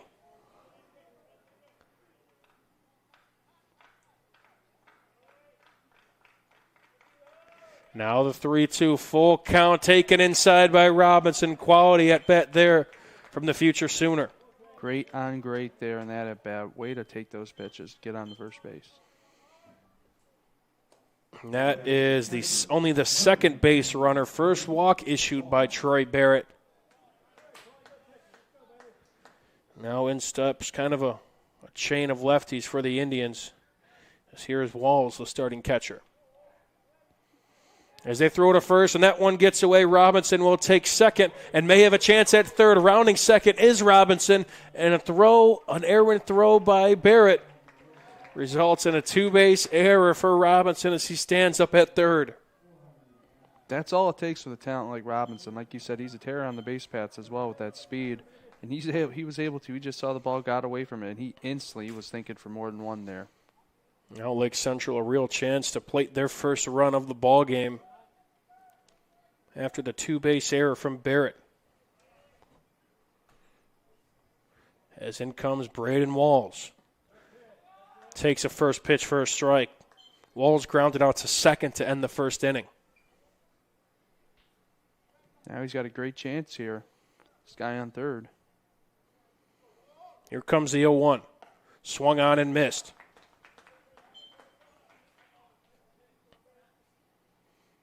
Barrett retrieves it, gets the sign. He's ready to go. Blink and you'll miss him. Here comes the 0-2.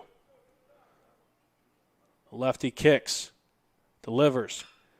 Roped out to center. Coming in is Zarnicki. Tries and makes a dive. He's got the out and keeps the runner at third. What a play from Rob Zarnicki in center. Incredible play to roll and dive for that pitch there. And then especially the ball, it just did not travel far enough to warrant for Robinson to try for home. Great play by the defense. Zarnicki coming in to make the play. Dove. We saw his sunglasses came off. His hat came off. But most importantly, he got the first out of this inning.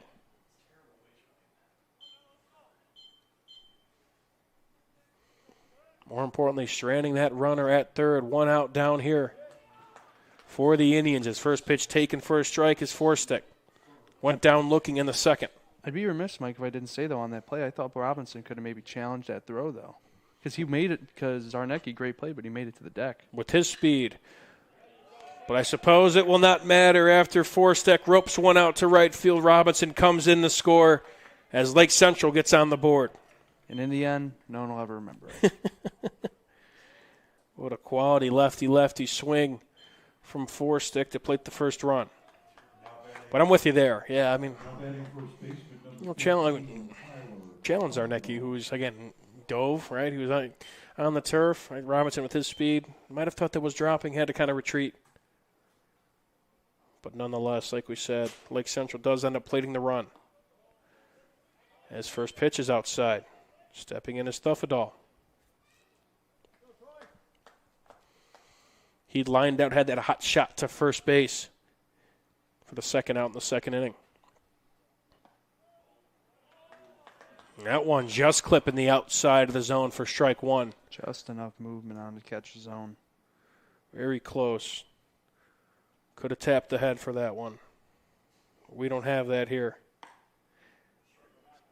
That one will be outside for ball two. Thoughts on the ABS system at all? I kind of like it. I mean, I unequivocally like that it, makes it more accurate, but, kind of feel it's like, what do we have umpires for anyway, if you're going to just have robots do it, it's almost like you almost want to go half and half in it, Are you going to go all the way for humans and umpires calling the game, or are you just going to have a robot do it? Checking on the runner at first base. I do like the limit on it and kind of the science of not spending all your challenges as the 2-1 or run upstairs for Barrett.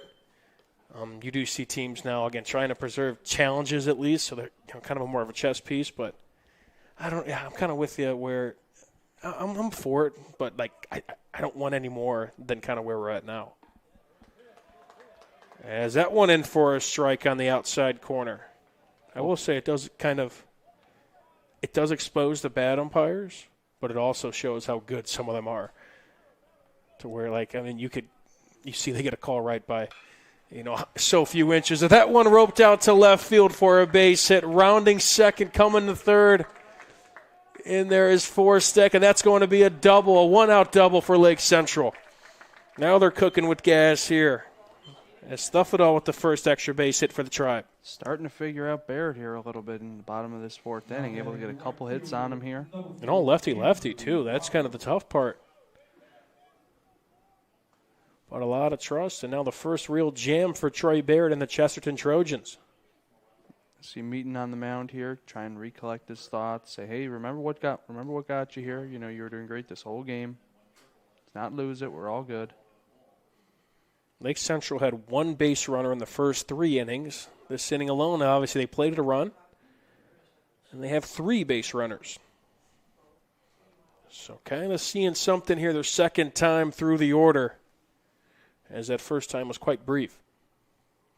Like we said, they'll meet on the mound, but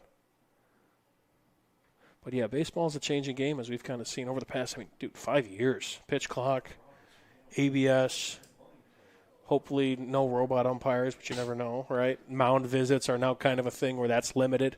Well, it's definitely them trying to speed up the game. They're trying to cater to a younger audience, lower attention spans, and I'd say largely in respect to that, it's working. You're getting a lot of the younger generations caring a lot more. It's been a boon in the interest in baseball at the professional level and working its way down to the other levels. And I think when you look at it from that lens, it's been great.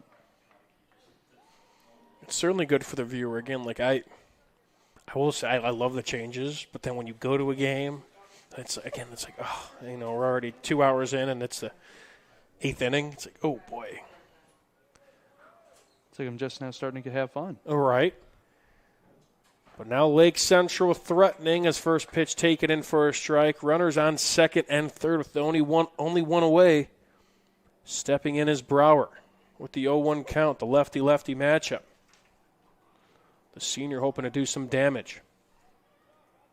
Struck out looking in the second. Here comes the 0-1. That one fouled off, tapped down the first base, behind the first base line for strike number 2. Looks like some kind of inside movement from Barrett. Try to clip the front of the zone. But a favorable count for the ace. Taking a little bit more time here rather than his approach of going really quick. He's trying to take his time here, throw off the rhythm. The 0-2 clips the outside corner for strike 3. Another one looking, the second for Brower. And the 7th strikeout of the ball game for Barrett. None bigger. That's what it takes when you're facing a little bit of a lull there, Mike. You got to do something different, Slowed it down a little bit, carried his thoughts, and there you go, get a great result. It's certainly a noticeable change in his rhythm because he was moving at a blistering pace to start the game. 2 outs now and starts to count in his favor with the called strike. And look what happens. The proof is in the pudding. He's had some great early starts to these at-bats since then. Connor Friesma is due up now. 0-1 count, 0 for 1 on the day. Grounded out to third unassisted. First base for 3 unassisted.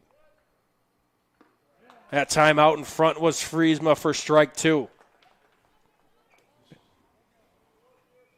Back to a bit of that swing and missness that he was having earlier.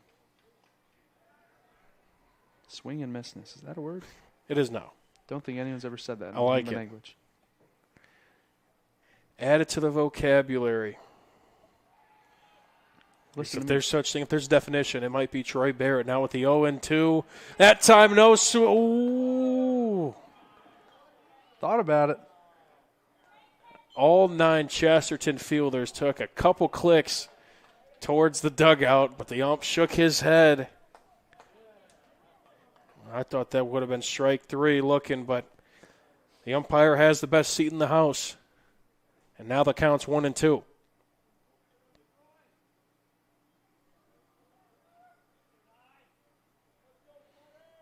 Here's the pitch.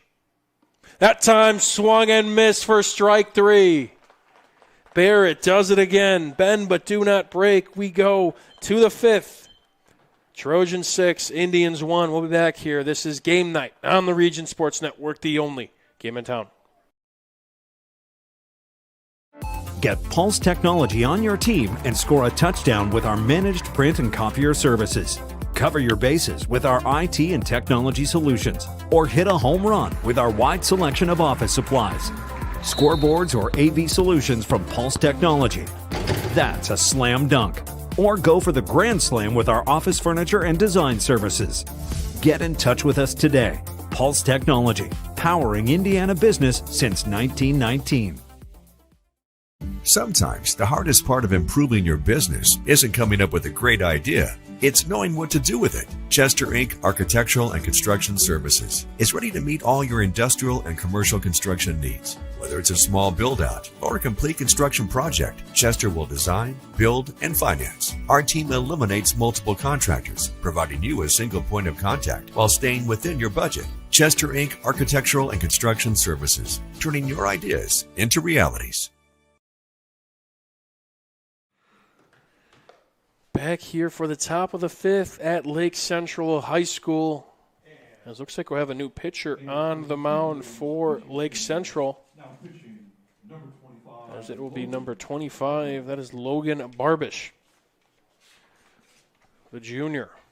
Looking at his line on the year. It looks like he has 4 games pitched. punched out 4, only surrendering 1 walk, 1 hit by pitch. And tonight's game is being broadcast by the Region Sports Network. I'm trying to find some more on him, but looks like Max Preps kind of cut us off at only stats for Barbush we have is his games played, a couple punch-outs. But the tall right-hander's hoping to do some business here in a big matchup against Chesterton. We'll tell you, if we weren't able to get the information on them, I don't think they were able to as well. So you know what might be a different look for them. We'll find some regardless. Leading off for the Trojans, shortstop, number 27, Ethan Glassman. I'll blame our coordinating producer for that one. Who is that? Barbish, the junior. We're not going to name names here. No one listened to the end We'll of the save it broadcast. for the credits. There we go. No, we're good. But Barbish, the tall righty, first pitch and delivers that one low for ball 1. Due up for the Trojans is Glassman, Redmond, and Prater, 7, 8, 9. Glassman, the biggest hit of the ball game, all the way back in the first with a liner of a triple out to left field. That time pulls one down the third baseline, foul.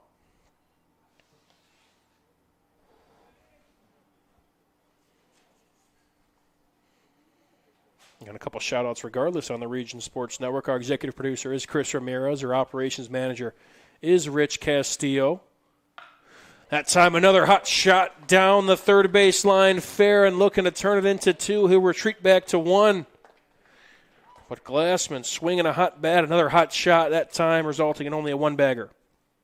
Been a lot of those being ripped right past that third base line, right in the left field. Just pulled it. Good job out there and left by Forstek to limit the damage, cut it off. Limit it to 1 base, but another leadoff hitter reaches for the Trojans. In steps Nate Redmond, another senior. Checking on the runner is first, and back in time is Glassman.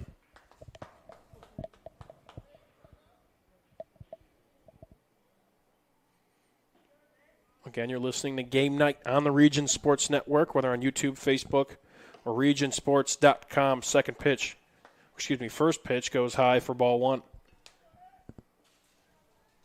Plenty more in store for you all week long in different varieties, some like this, an audio broadcast, some in the video form, some in the quiet cast form. But we're covering it all, so you know where to find us, YouTube, Facebook, regionsports.com, and sometimes the IHSAA Champions Network.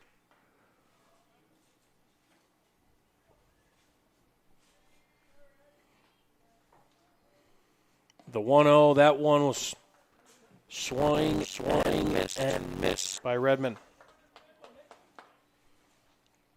1-1. So we started this game, Mike, with the clouds not really showing up at all. Now we're covering everything. Sun barely peeking through. Yeah, right. We're sweating up in here. Temperature might have dipped a little bit. Runner goes. That'll be strike 2. Another tough throw by Walls.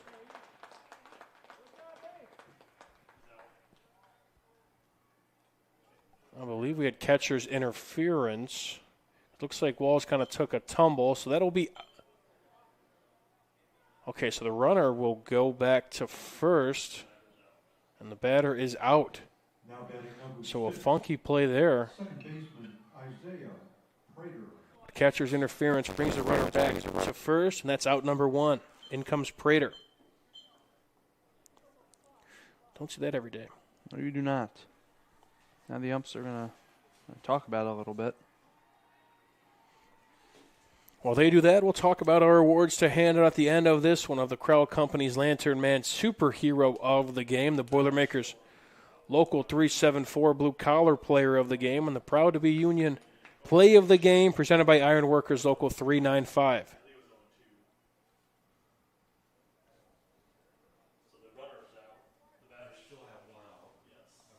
So they look like we're putting the batter back on that we had in red too, I believe. And then they are saying the runner was out. That is why you don't do your scorebook and pen, ladies and gentlemen. That's Exhibit A. So, yes, one down, 0-2 count. Coming back to the plate is Redmond. Let's do it again. That time bounces outside. That'll bring us to 2-2. So to resume the at-bat that was previously thought to be catcher's interference. Glad they got the call right. Deliberated on it. Most important part is getting it right. Here comes the 2-2. That one's popped. Going to stay in fair territory. Camping under it is the first baseman, Thuffadall, and making the catch for out number 2. Now we get Prater up. Instead of the strikeout, that'll be a pop out to the first baseman, bringing up the 9-hitter Prater. Lights have kicked on here. 6:30 right on the dot. Clouds have made it darker than we talked about the sunset, potentially 7:45. But not much sunshine over here as first pitch in there for a called strike. Good start here from the big righty.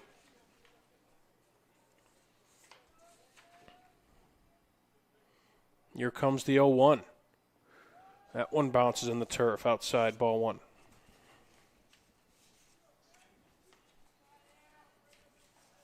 I like the look he's been giving him. He's giving him a different look here for this Indians team here, and I've liked it thus far. Big presence on the mound. Sanchez did a good job, gave up 2 runs, but got out of a couple jams. But the Tribe, they've been chasing all night long. His second pitch in the turf for ball 2.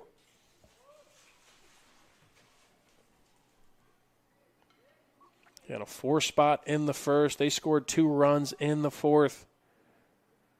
Lake Central struck in the bottom of the fourth. This one looped out to right field. No play at it between the second baseman and the right fielder. Prater gets in with a base knock. Wise man once said, hit it where it ain't. Hit it where they ain't. And he turns the lineup over. Now for number 23, Rob Zarnicki, who came around to score in the 4th inning after a hot shot. Single. And swiped the bag.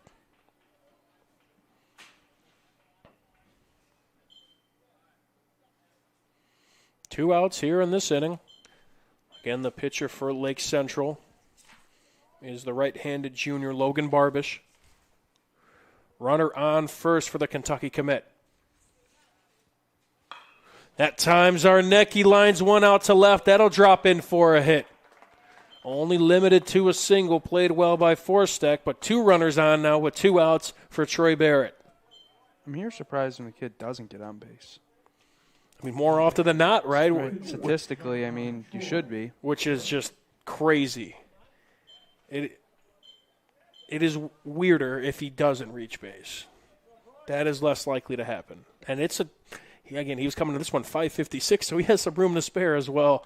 Just a hot start for one of the top seniors in the area and potentially the state. What a talent. First pitch in there for a called strike on Barrett. Well, by the way, and then you had the Purdue commit after him. Yeah, right, not bad. Who's pitched his way into the 5th inning. With, I think, 8 strikeouts. But now 2 on, 0-1 count for Barbush, that time in the dirt. Or turf, we'll say. That's the truth. As it looks like we'll have a mound visit between Walls and Barbish and the rest of the Lake Central infield.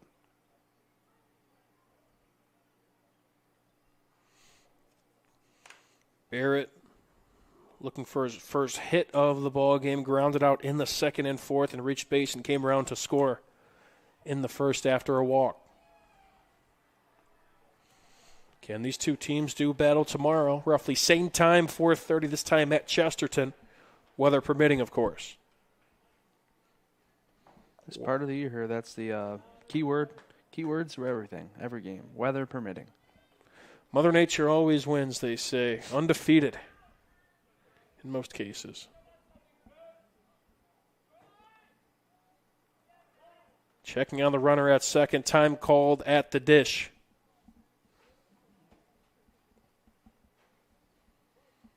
Again, we'll have that game, that's second of two, on the Region Sports Network in some capacity, so check us out as the 1-1 runs outside. A lot of fun things on the Region Sports Network as well. If you know an athletic director who's deserving of a new award we got going out, feel free to check out our press release we had not too long ago.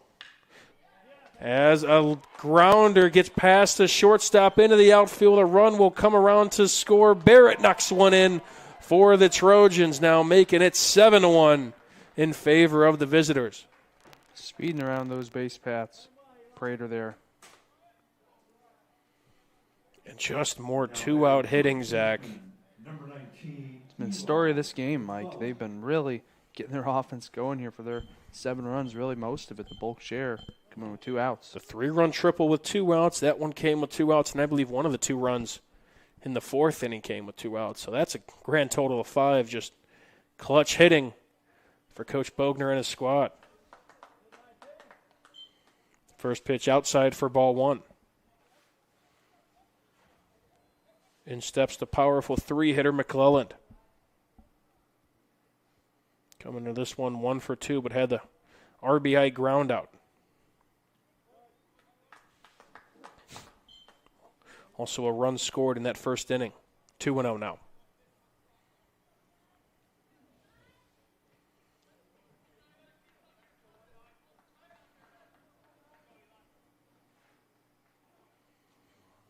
Runners on first and second. 2-0. That pitch is down low. 3-0. After a good start from Barbish, the Trojans are grinding out at bats. And again, doing a great job, especially with 2 outs in that column. Trying to squeeze one more out of him here. That one's outside. He'll take his base, a 4-pitch walk. The pitching depth getting tested for Lake Central this evening. Coach taking the field. Looks like they'll chat things over again as the cleanup hitter. Hackett looking to hack one out to the outfield.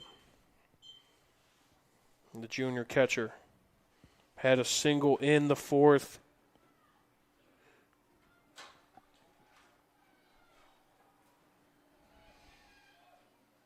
Oh, okay, so we got a walk there. Cool. All right, looking at the scorebook, I skipped a batter. So, that messes things up when you're doing score. So, yeah, doing it in pen, so that's smart, right?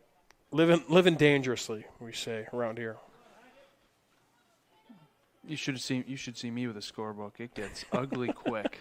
You made it a lot farther than I would. I don't know if I get to the 5th out, not on the 5th inning.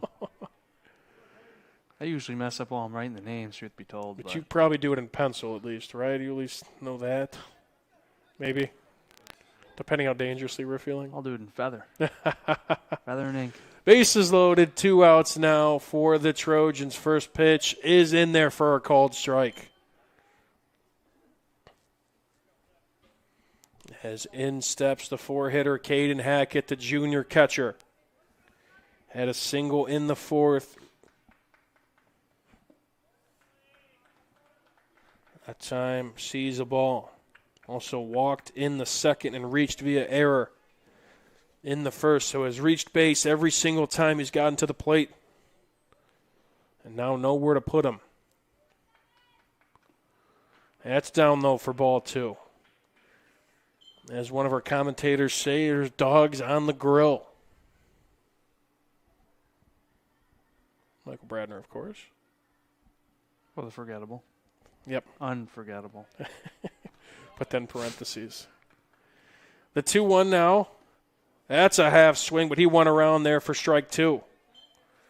Barbush trying to escape the jam.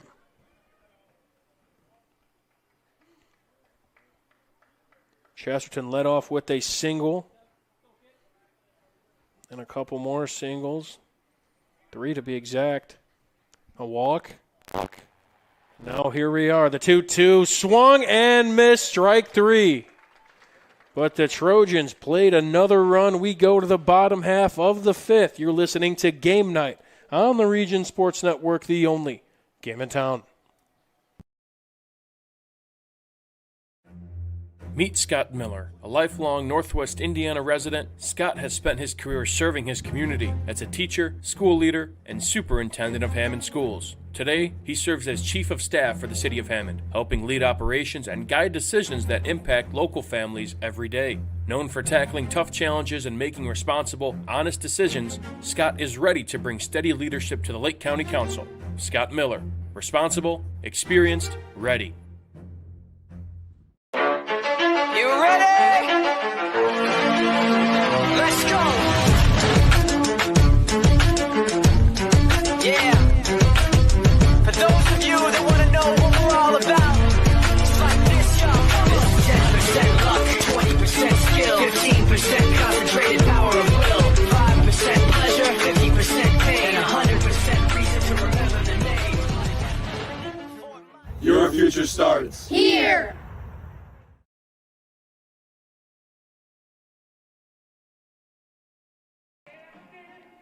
Back here on the Region Sports Network, Mike DeWan and Zach Miller still standing here at Lake Central High School. Bottom of the fifth inning.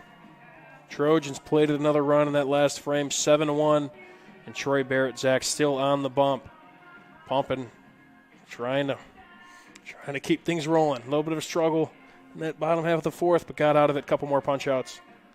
And back out here for the fifth. Had a bit of a mound visit there, had to think it over for a little bit, but I'll tell you what, the good ones, they find a way. And he decided that what he was going to do to make a difference, he changed his rhythm. Instead of him pumping really quickly like he was earlier in the game, he said, all right, let me slow myself down, more particularly slow the batters down, and it worked wonders for him there, getting a couple more strikeouts. Couple Strachan Van Til scoreboard updates. The Lake Central softball team, this game just went final at LaPorte, 9-1 victory for Lake Central, led by a 5 spot in the top of the fifth. That team keeps rolling onward. Crown Point and Portage in the sport of baseball. We talked about it earlier. Now bottom 7, Crown Point with the 2 spot in the top of the sixth. They're up 3-2 over the host Indians. 2 outs for Portage as well. Crown Point might have escaped. We'll keep tabs on that one. LaPorte baseball up 9-3 on Michigan City. Crown Point Lady Bulldogs up 11-0 on Valparaiso in softball. First pitch outside, stepping in is Michelanis, designated hitter. Portage won 15-2 over Maryville in softball. Valparaiso 16-1 over Maryville in baseball. Second pitch by Michelanis fouled off. Again, those updates courtesy of Strachan Van Til. Scoreboard update, your favorite Indiana-made grocery store. How about the Lake Central softball team? You saw them against Crown Point. What a game that was. Talk about a pitching staff. Has the 1-1, dribbled out to third base, throw across the diamond, high, tags the runner, gets him in time. Throw a little bit off the base there. McClellan able to make a great reaction there, though, and tag the base runner right before he was able to get it. It'll be Kirkland 2, McClellan 5-3 on the putout for out number 1. In steps Villegas. But, yeah, that Lake Central softball team, Zach, they are deep. What's new, right? I'll tell you what, they had a few different pitchers, finishing off with Maddie Such. Taking it through 11 innings. It was a battle. Paige Lazard on the Crown Point side. There was a lot of, we were talking about in this game, some Division I talent. That one as well. First pitch outside for Barrett. Yeah, something tells me those two teams may meet again. Of course they do in the conference world, but maybe when it really gets important come the tournament time is second pitch in there for a strike. Crazy enough, you get a state championship level game probably in the sectional. Right. That one, little bit of English on that one from Barrett. That time in there for a called strike too. But it's nothing that those two teams aren't used to. They've had some high-level softball and baseball programs for a good bit now. Just another chapter to what's a never-ending story for Crown Point Lake Central. Another strikeout from Troy Barrett, punching out the 9-hitter Villegas. Tell you though, Chesterton here, how they played this season, how they performed thus far today, they're looking to write their own chapter. Yeah, their softball team's playing awfully well too. But a senior-led group this Trojan squad is. Ooh. Inside breaking off speed in there for a called strike one on the leadoff hitter, O'Brien. He's just found his second wind after that visit. That one outside, but yeah, this Trojan team kind of fell short in last year's sectional. Again, Valparaiso controlled there, and obviously we know kind of how the season ended for them. But the Duneland, it's seeing with all sports, it's really kind of anybody's ball game. No pun intended. Yeah, I'm telling you, man, you got competition breeds success because whoever makes it out, they have a great shot of winning it all. That one in there for called strike two. Now 2-2 the count. We've seen it with Lake Central as well, where they could drop a game here and there in the first bit of the season. With this team, it seems like when those lights are on, this Lake Central team, they shine the brightest. They have a coach in their dugout as well. He has that pedigree. Yes, they are. There's any team in the area that is used to winning and getting to that level and, like you said, stepping up to the moment, it is the Lake Central Indians. Count runs full for Troy Barrett against O'Brien, the leadoff hitter. The payoff pitch in there, called strike three. He does it again. Troy Barrett, have a day. We go to the top of the sixth. You're listening to Game Night on the Region Sports Network, the only game in town. Meet Scott. Located in the heart of downtown Indianapolis, the newly renovated Hampton Inn is within walking distance to over 30 restaurants and attractions, including Lucas Oilfield and Gamebridge Fieldhouse. Hampton Inn has much to offer, including a hot breakfast, high-speed internet access in every room, as well as a fitness center. Why wait? Make your reservations today. Call 317-261-1200 or make them on the web at hamptonin3.hilton.com. Hampton Inn, Indianapolis, downtown. Some see a volleyball match. We see a student athlete learning how to be poised under pressure.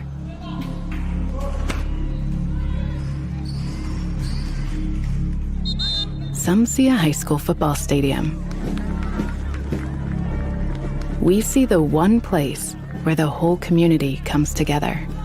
Proud to keep education in front of athletics since 1903.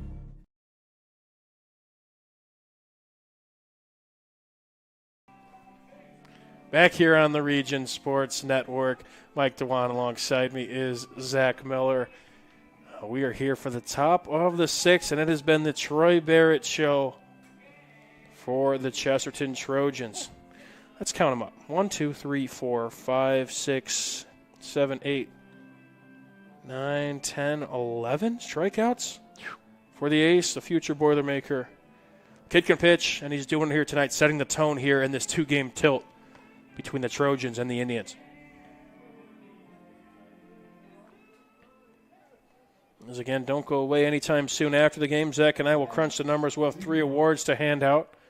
The Crown Company's Lantern Man Superhero of the Game, the Boilermakers Local 374 Blue Collar Player of the Game, and, of course, the Ironworkers Local 395 Proud to be Union Play of the Game. 3 great awards to hand out at the end here. Make sure to tune in for the end. Couldn't agree more. Barba's still in the game. First pitch in there for a called strike.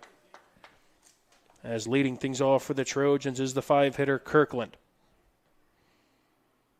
Went down via strikes in the first and second, but got a base knock in the fourth. Couple early strikes here. Now quickly 0-2.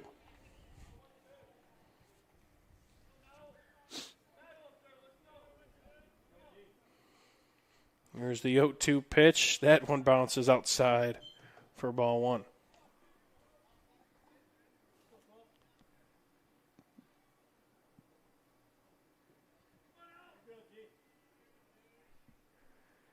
Now the 1-2 from Barbish. That one comes inside and hits him. He'll take his base. That one had him out in front. The 1-2 count. That one ran away from Barbish. Yes. Gets to run around with the hit by pitch. Great start to the at-bat, but similar just how it seems how it's gone for LC today. You know, just kind of getting in their own way. You know, and then Chesterton really for the large part being able to take advantage of it.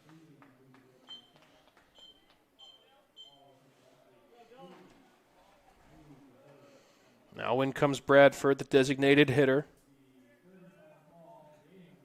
Got on base twice, one by an error, one by a walk. Struck out in the fourth. Takes the first pitch down low.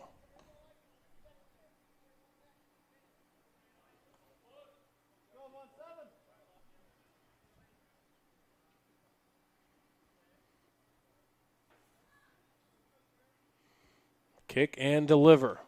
Outside, checking the runner at first is Walls. But scampering back is Kirkland.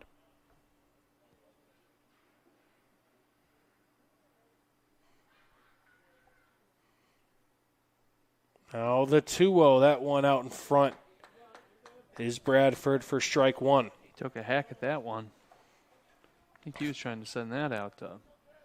Maybe would have made his way back to Hammond or something. 325 out to the left foul pole, 400 to dead center, 380 to left and right center. And to keep it things symmetrical, 325 to the right foul pole. Great grab there to corral that pitch there from Walls. That one had a bounce and a hop all the way to the right, but he just turned around and caught it and made it look easy. And it's quite the last name for a catcher. Yeah. And he has certainly lived up to it here today with now the 3-1 pitch underway from Barbush. That one's outside, ball 4, take your base. You know, I'll tell you what, man, Barbush, he started off really well here in this inning. But, you know, just hitting the first batter, getting him on the base. I seemed to lose a lot of momentum after doing that here. And now you kind of wonder in this point of the game, Zach, where you just try and see if Barbush could try and find a way to get 6 outs. Try to preserve a couple arms for tomorrow's tilt against Chesterton. Against, of course, some big games coming up here in the future. Right, because we're talking about how great they've done today, but they won't have Barrett tomorrow. And you're going to hope you're going to see the same team again tomorrow. So it'll be gamesmanship. First pitch popped up to left field. Camping under it is Forstek. He will make the catch for out number 1. That's some of the beauties of baseball, you know, and softball, both, where you got to think of the gamesmanship of playing games back-to-back, you know. It's different from other sports. You know, you're like, okay, not that you don't want to try and win the game that's taken on now, but you got to think about the next one.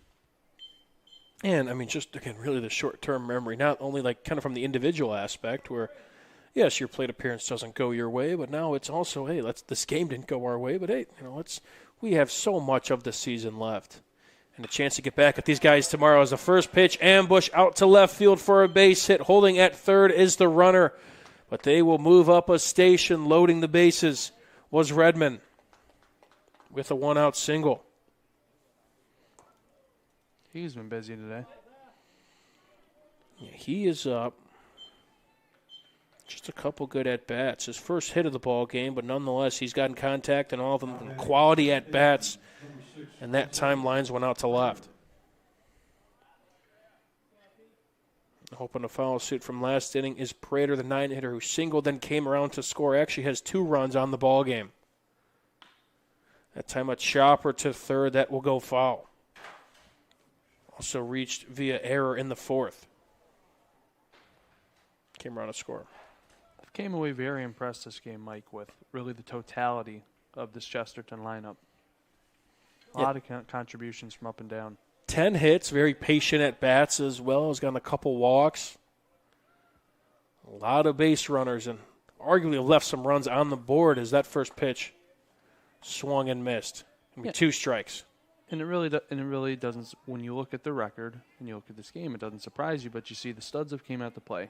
You know, Zarnecki and Barrett, but it's been everyone else that's contributed as well that's really made this game what it's been. It's a very, very deep lineup. And, again, you have an ace like that in Troy Barrett who, when you kind of have somebody like that who could really set the tone in a one-game series or something, looking at how the tournament kind of shakes out, that's scary because you saw what Valparaiso did with an arm like, you can have a complimentary piece, but an arm like Caden Crowell, what he did last year, you saw Valparaiso a lot last year, and same with some of those Lake Central teams, that 0-2 pitch is fouled off, but if you have that arm, that next-level arm, I mean, you're already in a good spot. And then you got some bats behind you, as well as, of course, the pitcher like Barrett, like your own bat. You're going to be a problem. That's what a team to look out for. That's what it takes in the tournament. You get some good pitching and then stuff to support that. That's where the winners are. Here comes the 0-2 pitch, a lengthy at-bat despite So few pitches. It gets away. Runner will come in to score on the wild pitch. Runners advance to second and third. And the Trojans played another on the wild pitch. Coming home to score was Kirkland. Redmond will move up to second. Bradford to third. And now it's 8-1. 1-2.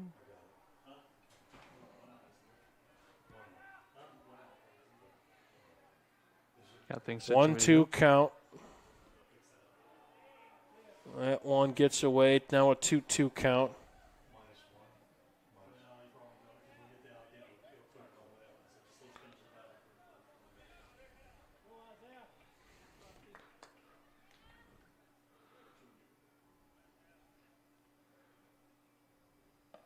That one swung and missed for strike 3. So 2 down. Big strikeout for Barbish on Prater. And now in comes big bad number 23. Top of the order, Zarnecki. 2 guys in scoring position. Damage to be done here. Now batting center fielder number 23. Zarnecki is 2 for 3 in this one. Came around to score twice. Also reached base with a walk in the second. Almost thinks of the guy that hits more than he misses. I mean, first pitch runs high. How do you approach this at bat here? You know, you think anyone else, like, maybe good. You know, you're at 300. This kid's almost at 600. You know, it's like, how do you approach this? You do have a base open. As the runners on second and third. But a future Boilermaker behind this future Wildcat is that second pitch now in the dirt for ball 2. Trojans looking ahead after Lake Central, their game against them tomorrow. They take on Hobart on the first, Morgan Township and Elkhart, and Northridge on the second, according to Max Preps. And then a big game against Crown Point next week on the 5th and 6th. That pitch in there for a strike. Could have some big Duneland implications, as the 5th will be at Crown Point and the 6th will be at home against the Dogs. Now that one in the turf, 3-1 the count. Looking at Lake Central, where they fare going forward, they'll take on Michigan City. I believe that's a makeup game on Thursday. Then they take on Munster on Friday. I believe we'll be here for that. Fun rivalry. As Barbush steps off on the 3-1 count. And Saturday they'll take on Lincoln Way Central, and then their next conference game after Michigan City on Thursday will be versus Portage on the 5th and at Portage on the 6th. That one goes high. That'll be a 5-pitch walk for Zarnecki. And he'll take his base. Playing by percentages, though, probably the right play. You know, pitch around him, see if he takes a bad swing. Now batting number 9. But stop us if you hurt us now. Some potential chance at a two-out rally, some more two-out hitting. As in steps Troy Barrett. Had a single last inning in the 5th. But really a chance to help his cause and give him a little bit more of a cushion. Lead him to his 6th pitching victory of the year as that first pitch down low for a ball.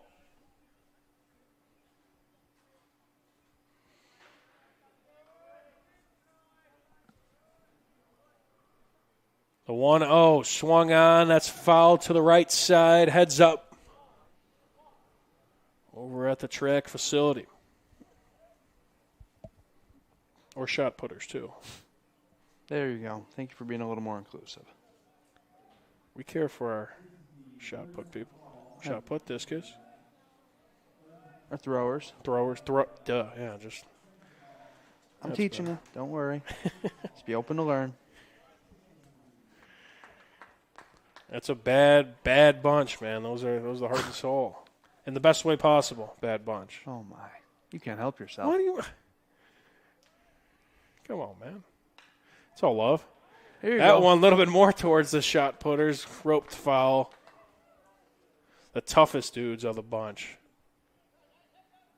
Now we're getting close. Bad in a good way.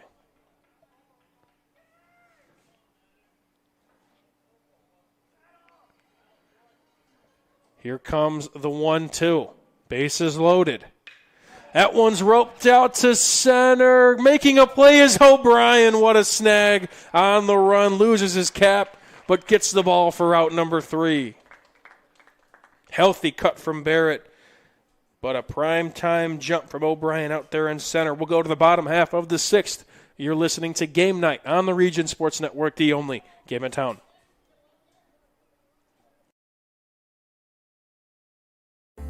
Located in the heart of downtown Indianapolis, the newly renovated Hampton Inn is within walking distance to over 30 restaurants and attractions, including Lucas Oilfield and Gamebridge Fieldhouse. Hampton Inn has much to offer, including a hot breakfast, high-speed internet access in every room, as well as a fitness center. Why wait? Make your reservations today. Call 317-261-1200 or make them on the web at hamptonin3.hilton.com. Hampton Inn, Indianapolis, downtown.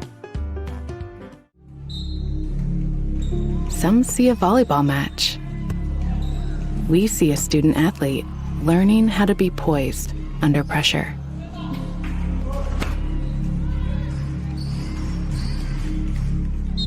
Some see a high school football stadium. We see the one place where the whole community comes together. Proud to keep education in front of athletics since 1903.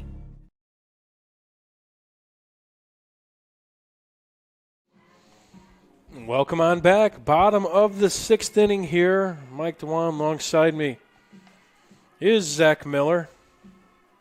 Looks like we'll have a new arm out there for the Trojans. It'll be number 4, Cameron Campbell, the junior. And I say first and foremost, Zach, round of applause for the ace for the Trojans, Troy Barrett. He went 5 innings, in line for the W, gave up 3 hits, 1 run, which happened to be earned. And then let me just count them up one more time. For Chesterton, now pitching, number 4, Cameron Campbell. 11 strikeouts for the future Purdue Boilermaker. What a performance. Setting things up for Campbell, a junior, for a chance to put this game away and improve the Trojans to a big 7-0 in the conference. Do I start the petition to call him Cam Squared? I like it. Cam? Well, first pitch to Robinson, roped out to left field for a base hit. Shortstop, a healthy turn at first, but he'll hold up there. Campbell coming into this one, 4 appearances, a 2.52 ERA, an 0-1 record, 8.1 innings pitched. Punched out 7 with his time on the bump. Now batting the catcher, number 19, Brayton Walls. Robinson, that's his first hit of the ball game, also reached by a walk and came around to score Lake Central's only run in the 4th.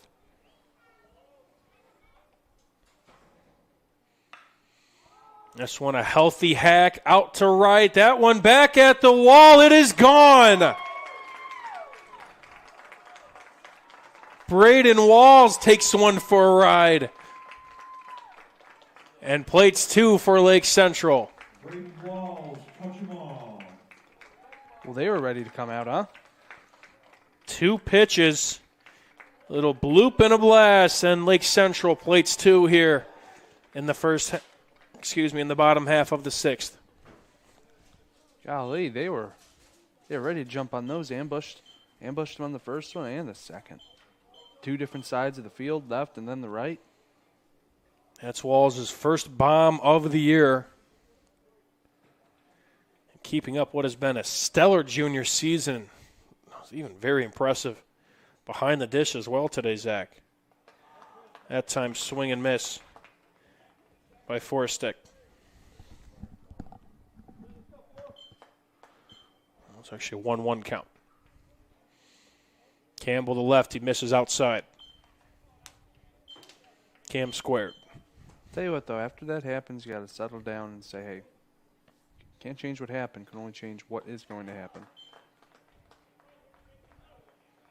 Still up 5. Plenty of time.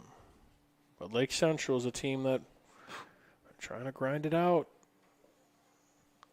Trying to use these arms up a little bit, of course, as well. And claw their way back into this ball game. Now the 2-2. That one runs inside. He'll take his base on the hit by pitch. So 3 batters to the plate and 3 reach. And a quick mound visit for the Trojans. Forster, good to see he's all right. Took one up in the shoulder. And looks like that'll be it for Campbell. A quick pitching change, so we'll step aside. We'll get the new name and number, and we'll be back here. This is Game Night on the Region Sports Network, the only game in town. Meet Scott Miller, a lifelong Northwest Indiana resident. Scott has spent his career serving his community as a teacher, school leader, and superintendent of Hammond schools. Today, he serves as chief of staff for the city of Hammond, helping lead operations and guide decisions that impact local families every day. Known for tackling tough challenges and making responsible, honest decisions, Scott is ready to bring steady leadership to the Lake County Council. Scott Miller, responsible, experienced, ready. At Blyce, we're used to having the athlete shop at our store. Down, sit, hut. But sometimes they get carried away.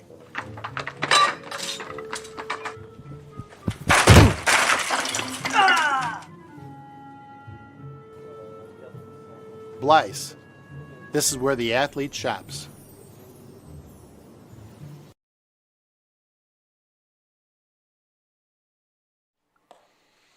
Trojans making a switch on the mound. This time it is John Knight coming into the ball game, the junior. So far his splits for the year, 15.1 innings pitched, 15 and a third. That is 17 punch-outs to only 6 walks. Giving up 4 runs. 3 of those happen to be earned. A 2-0 record with a 1.37 ERA. So Zach, the Trojans maybe having to use kind of an arm a little bit later and maybe not have wanted to intend to use Knight until Lake Central played at 2 runs here to make this an 8-3 ball game. Well, you saw Coach Bogner. He really didn't want to, but he made a change very quickly. Said, all right, if there's a team out here in the area that can get some runs on quickly, Lake Central can do it. Let's not give them any more momentum. Let's shut this game down. It was a single from Robinson, a home run by Walls, and then a hit by pitch for Forsteck, and a quick outing for Campbell. But one he'll surely shake off as they check on the runner. Back in time is Forstick. Now is Thuffadal, the lefty, against the righty. There's Knight, swung and missed by Thuffadal. Different look for the Indians, their first time seeing a righty all day, as Barrett went 5 innings with Campbell in relief. Knight, the pitch, runner goes to second, throw down, not in time, bounces into the outfield, but runner will stay at second. Throw looked to be on line, but count that as a stolen base for the left fielder, Forstick. For LC here, get another run or 2 here in this inning. I mean, can make things very interesting here. Tell you what, you know, how do you eat an elephant? 1 bite at a time, right? I got to add that one to the Zach-isms. That's a great one. Second pitch, second ball, another pitch there, runs inside for ball 2. Now, sometimes I surprise myself. I don't even know where that came from. That was good. I'm just hungry. Well, elephants beware. 2-1, that's a swing and miss for strike 2. Runner on second for Lake Central. No outs in this inning. They've played it 2, trying to claw back into this with only 6 outs to go. The 2-2, that's outside.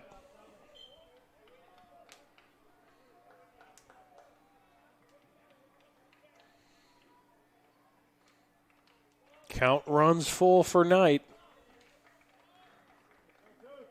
who's been fairly solid this year at the 1.37 ERA. The 3-2, that's fouled off. And a new windshield. Yeah, I like seeing the fans try to peek and see where the ball goes because, yeah, a couple couple good parking spots behind us, but it's the price of doing business. Park close to the field, right? Quarters all spiked there for about 2.5 seconds, and you realize it's not yours. Back to our regularly scheduled program. Now the payoff pitch. Fighting hard. Fouled off once again by Thuffadall. Would have caught me right between the eyes. You would have got it. Netting. That was close. You were there. There's a reason I didn't make it past T-ball. Join the club. 3-2. Runner on second for Lake Central. The payoff once again. That time swung and missed. Strike 3. Way to stay composed there for Knight. Now batting right fielder. A lengthy at-bat. Brower. Now in steps Brower for Lake Central. Got to be careful at this juncture of the game, man. A big at-bat right there to shut that down for the time being. Brower, the lefty, probably licking his chops to go up against a righty. Struck out via the backwards K twice. An 0 for 2 day, first pitch down low.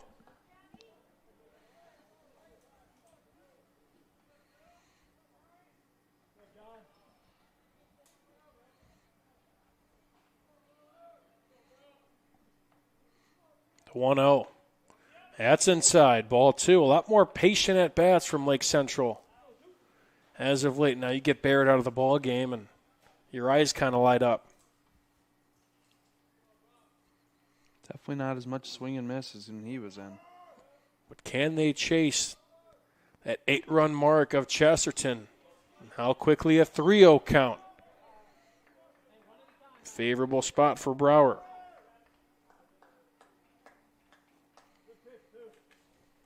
On deck for Lake Central is the third baseman, Connor Friesma. The 3-0. In there through the heart of the plate, for a called strike.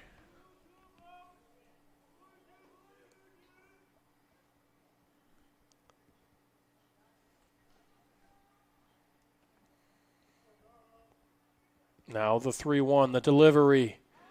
Tapped foul. Good work by Knight. Once again, you talked about that moxie, Zach. 3-0 at one point, now quickly 3-2. Just keep battling.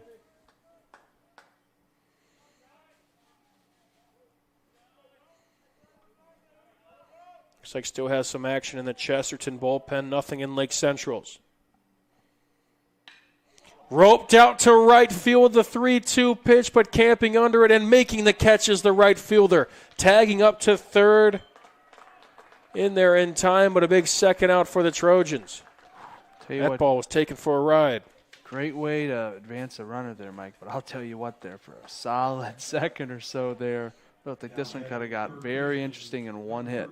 The Trojans were certainly catching their breath, but Redmond made the sure-handed catch out there in right for out number 2. Advancing to third is Forstick. And in comes Friesma. Half swing, he went around. 0-1. Friesma 0 for 2 in the ball game, struck out in the 4th.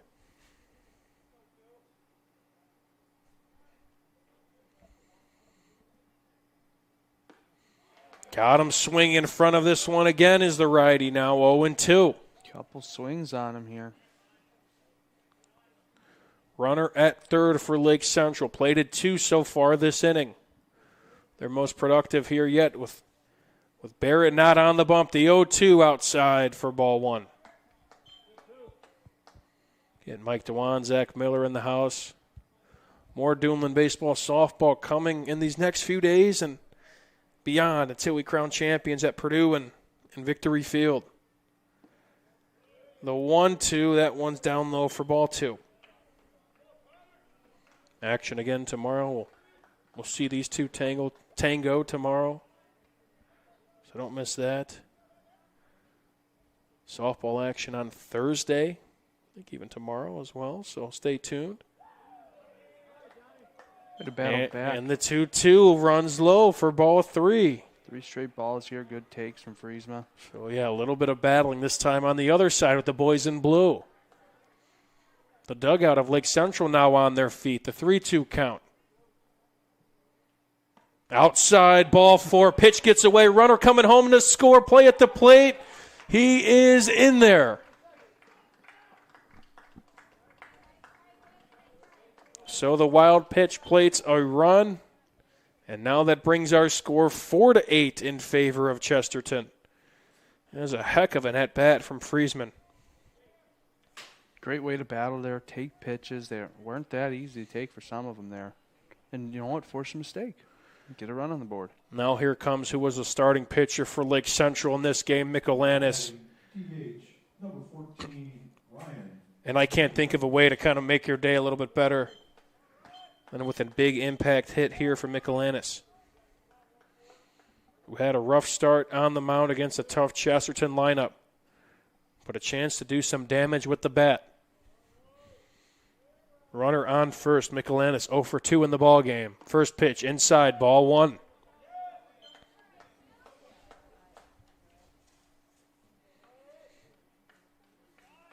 Two down in this inning. Runner on first for the Tribe.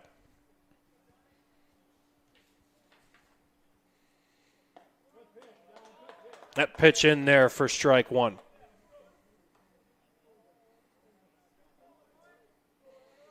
Lake Central 5 hits in the ball game, a big 2-run shot by Walls, which has led to this 3 spot. Chopper goes foul, but still some work to be done for Lake Central.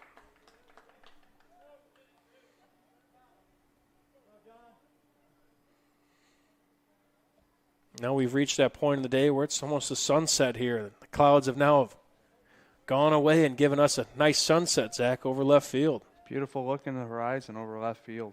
Here comes the 1-2. Called strike 3, and the sun may be setting on the Tribe. Only 3 more outs to go as a big strikeout there on the backwards K for the Trojans. We'll go to the top half of the 7th. You're listening to Game Night on the Region Sports Network, the only game in town. With electrical services from Economy Electric Heating and Cooling, you can radiate the perfect amount of light and energy into your home. From rewiring and code upgrades to ceiling fans, lighting, security, and more, Economy Electric Heating and Cooling's trained electricians will make sure you can enjoy your home on full power all the time. For a free estimate on electrical work, call Economy Electric Heating and Cooling at 219-923-4441, and you can visit them on the web at 4ajobdoneright.com. That's the number 4ajobdoneright.com.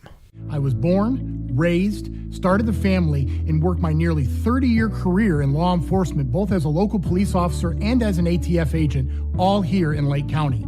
I promise to lead differently, restore the public's trust in the Sheriff's Department, and to build a world-class police organization that is focused on serving you. In this election, Lake County residents have a different choice, a better way. I'm Jason Gore, and I approve this message.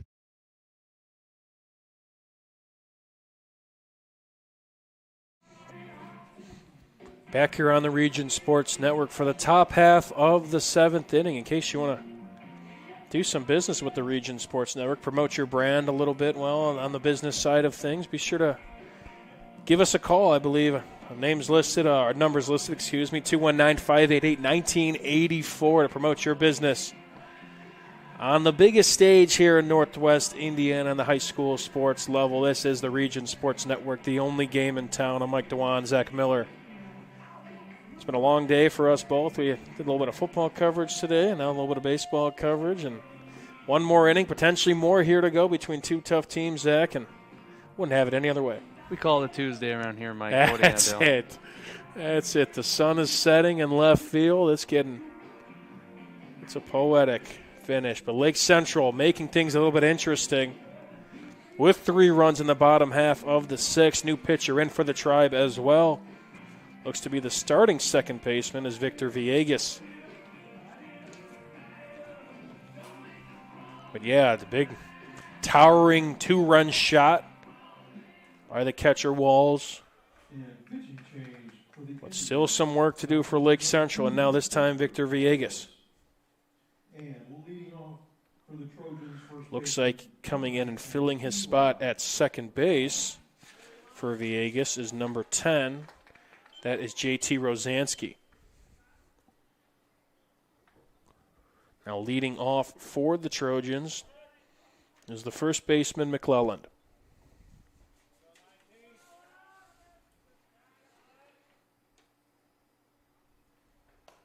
First pitch up high for ball one. Eli McClelland, single in the first, walked in the second, had an RBI, ground out in the fourth, got on base with a walk in the fifth. Has now worked himself in a 2-0 count.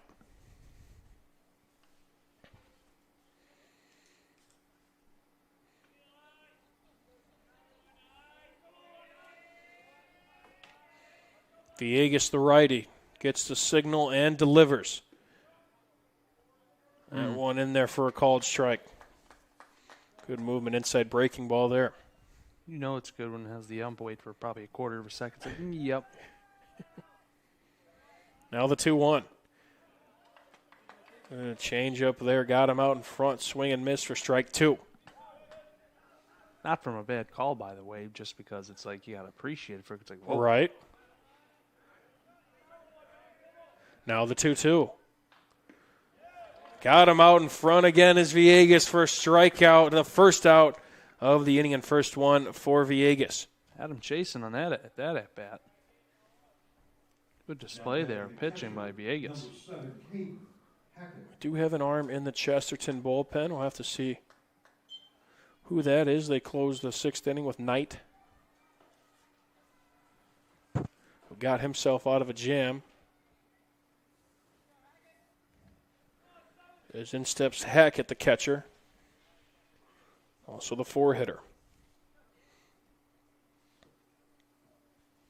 Got him down for 1 for 3 on the day. Came around to score in the first. Also had a hit in the fourth. First pitch in there for a strike from Victor.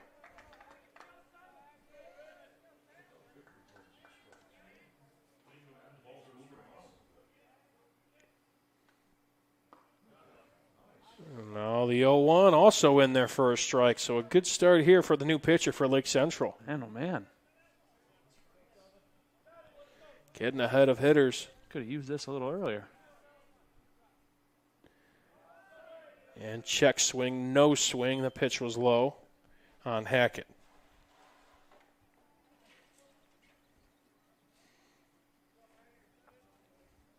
And importantly, eating some innings for Lake Central. The 1-2. That's high. Should I say eating this last inning?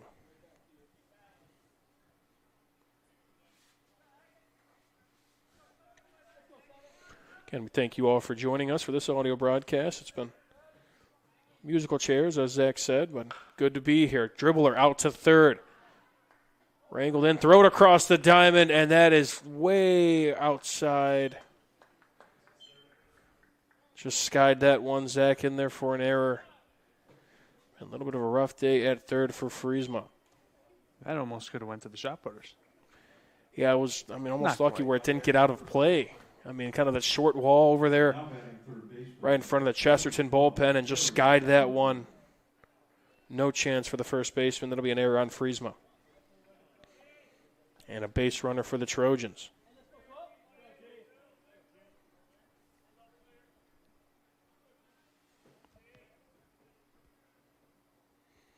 Also the fourth error for Lake Central today. That one up the middle. Diving stop by Robinson. Could not grab it. The runners will advance. It's a good job by Robinson to keep it in on the infield. But a hard hit ball from Kirkland on the first pitch gets him on base and moves Hackett to second. Like you said, great way to try and bat that down before it can get any further. But still, nice piece of hitting. Hit it where they aren't. Now one away, the 11th hit of the ball game for the Trojans.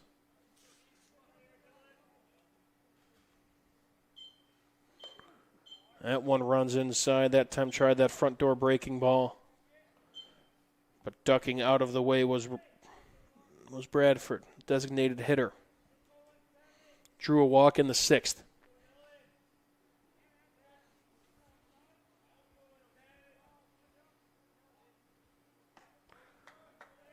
Now the 1-0 runs outside, 2-0. Hackett on second with Kirkland on first. after the error and the infield single. Quickly 3-0 now. Outside is Villegas.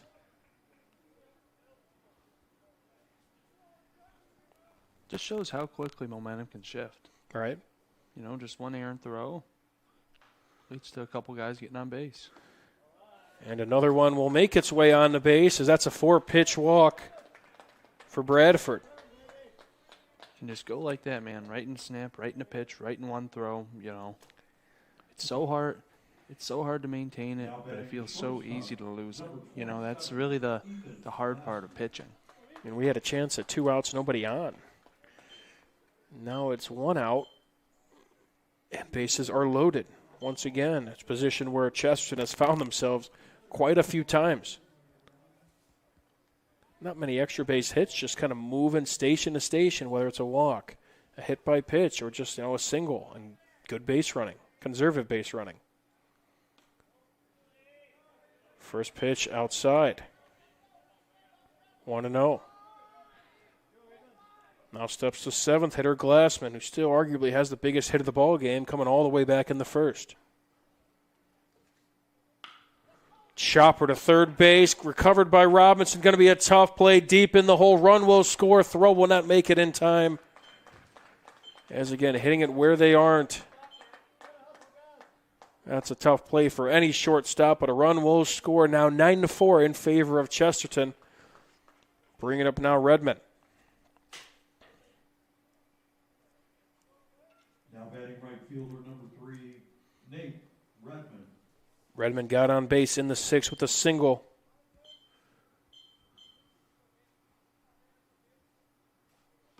Takes the first pitch outside. So after Villegas was really pumping in strikes, it's been a little bit of tough sledding here as of late. Tell you what, man, if there was a way to describe Chester in this game, it's just been counter-punching. You know, anytime it feels like a little bit of adversity's come their way, they just counter-punch and hit you for a couple runs. A team that does not, again, if you make a mistake, they are going to make you feel it. And they have done that here today. 12 hits, some fairly good fielding, only one error coming on that errant throw from Troy Barrett. And again, to Lake Central's 4 as that pitch was fouled off there for the first strike. Now 2-1.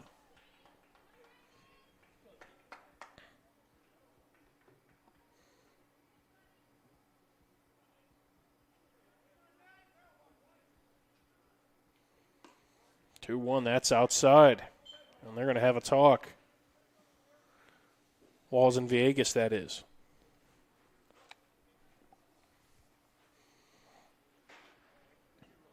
Wall's done a good job here. He's helped out a few pitchers here today, trying to get them, settle them down.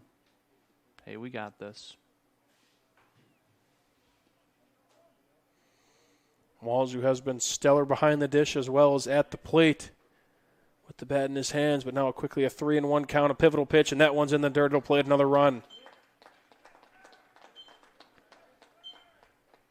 As coming in to score is Kirkland. And at this point, we're just hoping for outs if you're a Lake Central fan. Trying to try and use as few arms as possible. A good start for Villegas, getting in front of hitters in terms of the count. Like you said, Zach, kind of it's really kind of snowballed since kind of allowing that first base runner. That's all it takes.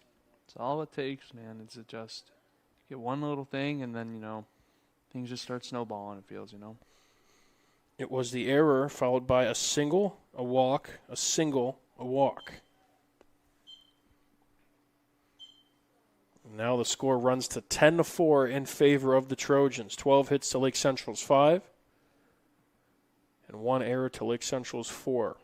And that's also where it's fell. There's been a couple, there was a triple to start the game, but it really hasn't been like so many huge shots, It's really been like a death by 1,000 cuts, really, between the errors, the walks, the singles.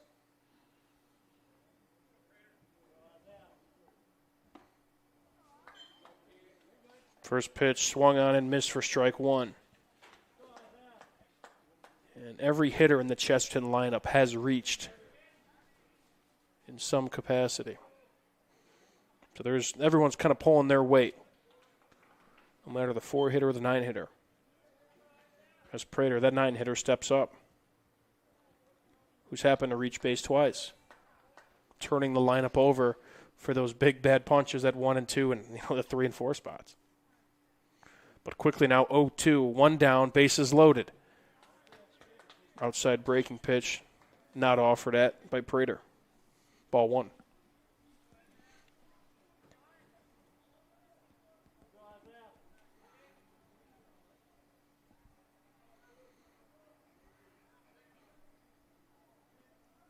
The 1-2. Swung on and missed, strike 3. A big punch out from Villegas. Way to settle in. Turn over. And in comes Zarnecki. Who this has been, if my scorebook's correct, the 4th time he has batted in as many innings.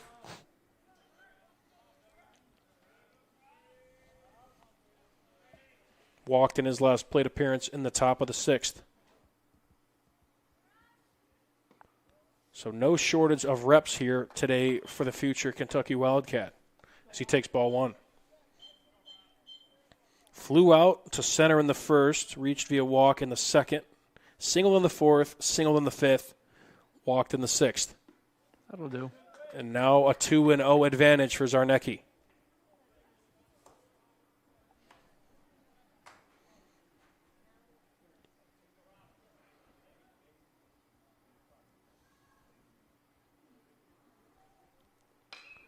Swung on and belted by Zarnecki. Deep out to center field. Back is O'Brien. Up at the wall. It's off the wall. 1 run scores. Another comes through. A bases clearing double for Rob Zarnecki.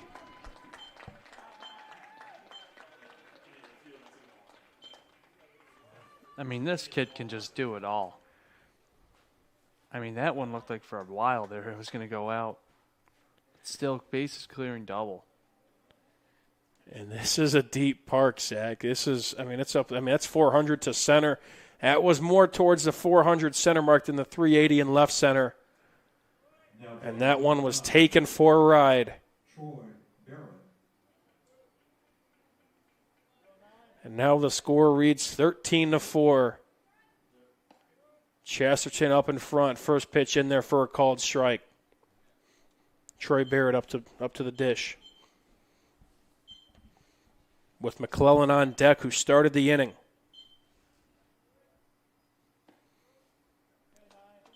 Tough swing there from Barrett, now quickly 0-2.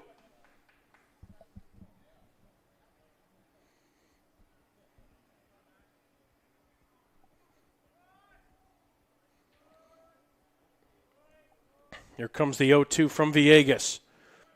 Chopper foul.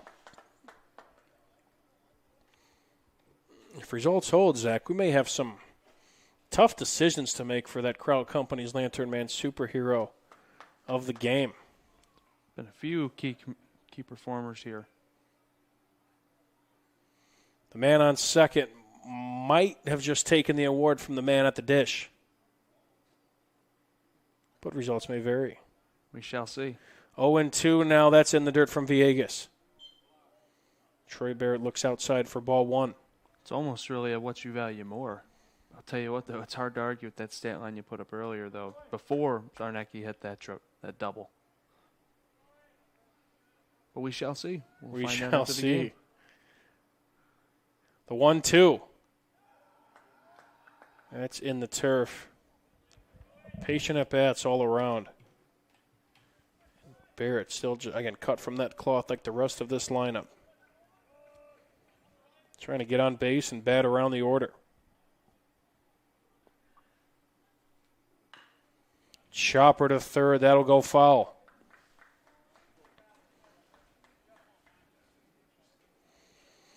Barrett again, of course, trying to make some noise at the plate, but did a lot of damage. Starting this game for Chesterton. Going 5 innings. Giving up just 1 run. Punching out 11. Giving up only 3 hits. And in line for the 6th pitching victory of the season. And the 2-2, that's outside.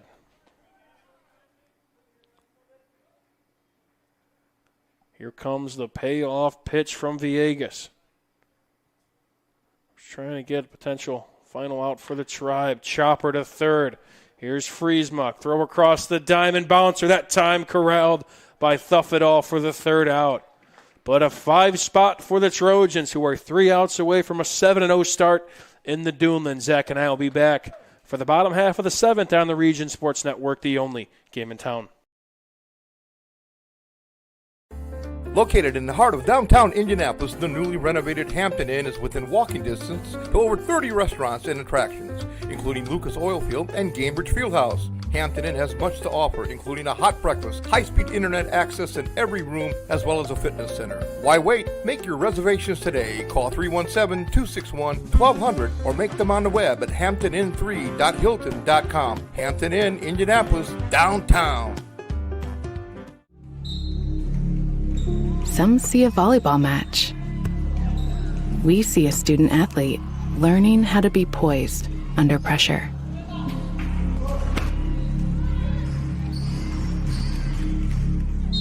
Some see a high school football stadium. We see the one place where the whole community comes together. Proud to keep education in front of athletics since 1903.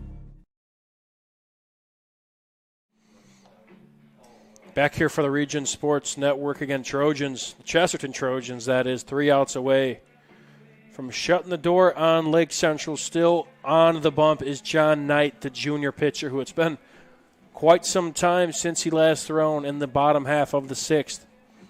As Lake Central made things interesting with the 3 spot, the Trojans responded with a 5 spot in the top of the 7th, almost batted around. That was led by, once again, Zach, just great at bats, working things. And then probably the cherry on top was a deep 3-run double by Rob Zarnicki that almost left the yard. I mean, like you said, they're doing it all at the plate here, man. They're able to take the pitches, be patient, while also they've had a few times where they jump on pitches, early in at-bats, and really they capitalize. We were talking earlier about taking walks, forcing errors, getting singles, but also being able to slug a bit and had a triple early in the game and then a double, bases clearing there by Zarnicki. The pitcher for the Tribe last inning, Victor Villegas, will now dig in and take the leadoff at bat for LC. Knight's first pitch outside for ball 1.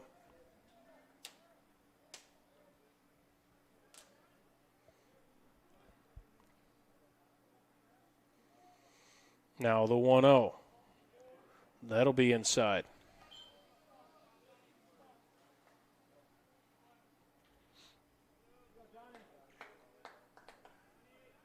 What do you think of the one-arm sleeve look? I like it. Reminds me of like a basketball player. Yeah. 3-0. Pitching sleeve. It's the 3-0 count. I dig it. Drip, as the kids would say. Is that what you'd say? Sure. Swag. There's a 3-0 pitch in there for a strike. Because then you can't go 2 arm sleeves, and you might as well just wear long sleeves, Don't tell Mello that. The 3-1 pitch swung on and missed from Villegas, now bringing the count full. Yeah, that's true. Might as well bring the headband. No, Have you ever seen the headband for what you already got the hat? Yeah. If you do that, though, then you might need to get ejected. I second that. Maybe a ban, really. Pitch is fouled off. They'll do it again for 3-2. But you know what? Someone's got to be the first. Mm-hmm. Got to be revolutionary. Trailblazer. Won't be me, but no.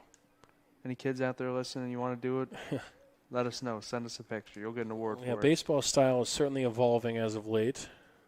See that cool sliding mitts, especially, which is sliding mitts alone is kind of a newer thing as Villegas fouls that one off to the track section. I think they're finished up. I believe so. Final few events. Looks like our shot putters are done, our throwers, I'm saying. Well, 15 points then. Looks like just the track part still going on. As Villegas works a tough at-bat, he'll take his base on ball 4. He'll turn the lineup over for O'Brien, who made a couple dazzling catches out there in center. Yes, he did. Preventing more runs from getting on the board.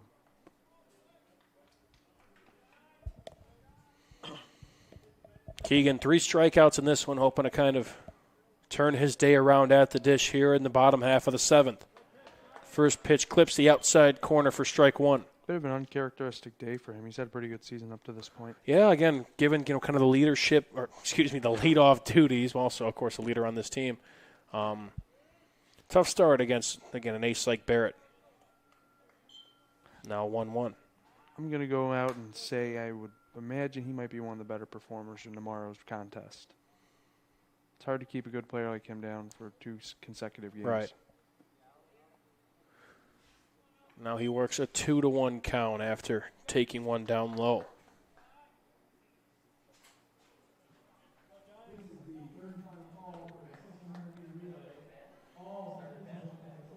Looks like the 1,600-meter relay is going on behind us. So where does that leave us in the track and field order of events as 2-1s missed?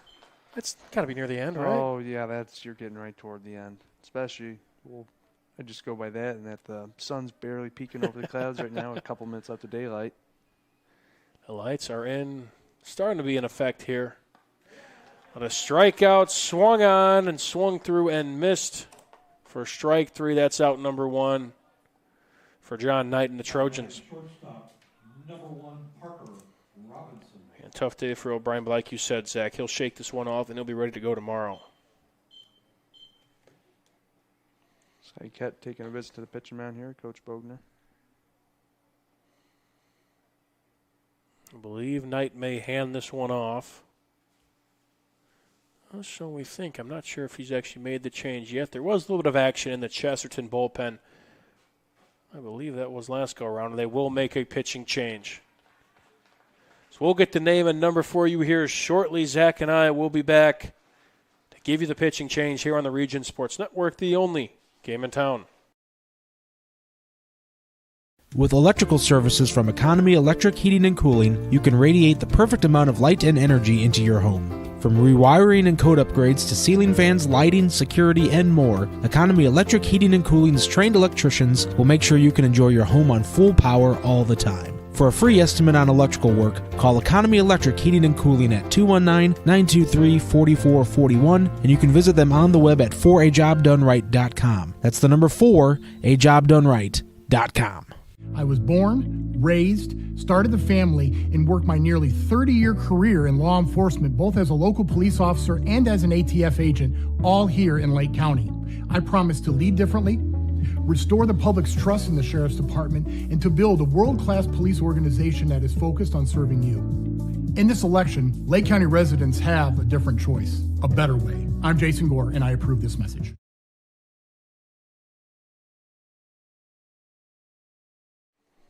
Bottom half of the 7th, 1 away, pitching change for the Chesterton Trojans. In comes Logan Chestovich, the senior pitcher. Mike Dewan, Zach Miller. Also, given, when you're at Lake Central, hospitality is, we come here a lot, second to none, and just giving Jolly Ranchers from the public address. Also doing the scoreboard as well. Mark Stamper, so shout out to him. I got green apple. I think you got grape. Is that your favorite flavor of Jolly Rancher? Oh, yes, it is. Come on now. Grape's the best. Grape anything, really. I go watermelon guy, but if a free Jolly Rancher, it doesn't matter the flavor. So beggars can't be choosers. If I would have got that, I would have said grape's my least favorite and green apple's my favorite. So shout out to the hospitality, of course, here at Lake Central always, whether it's the athletic department with, of course, Chris Anyert, Jeff Sandor, or again, anybody who kind of makes, baseball games and softball games go on. You want to talk about making it easy? They make it easy for us. That's right. Thank you so much. First pitch to Parker Robinson inside from Chestovich. He inherits a runner on first base. Now 1-0 count, 1 down. 13-4 is the score. Robinson rips one out to left, fair ball. Or looked fair, but it's foul. Got you excited. It did. Yeah, no, that's hand up on me. I looked, what are you going to do, right? What are you going to do? Nowhere else to look. Can't bet a game of failure, they say baseball is, and that, in fact, was. Yeah, we can't all be Zarnecki's and hit it more than we don't. That's correct. You get 300, you're called great. Now the 1-1. That one will run high for ball 2. I call it the story of my life. I hit 1, and you see me celebrating like it was the World Series. That's right. 2-1. That one pops out of the glove of the catcher. Going to second is Villegas. Now quickly 3-1 for the future Oklahoma Sooner.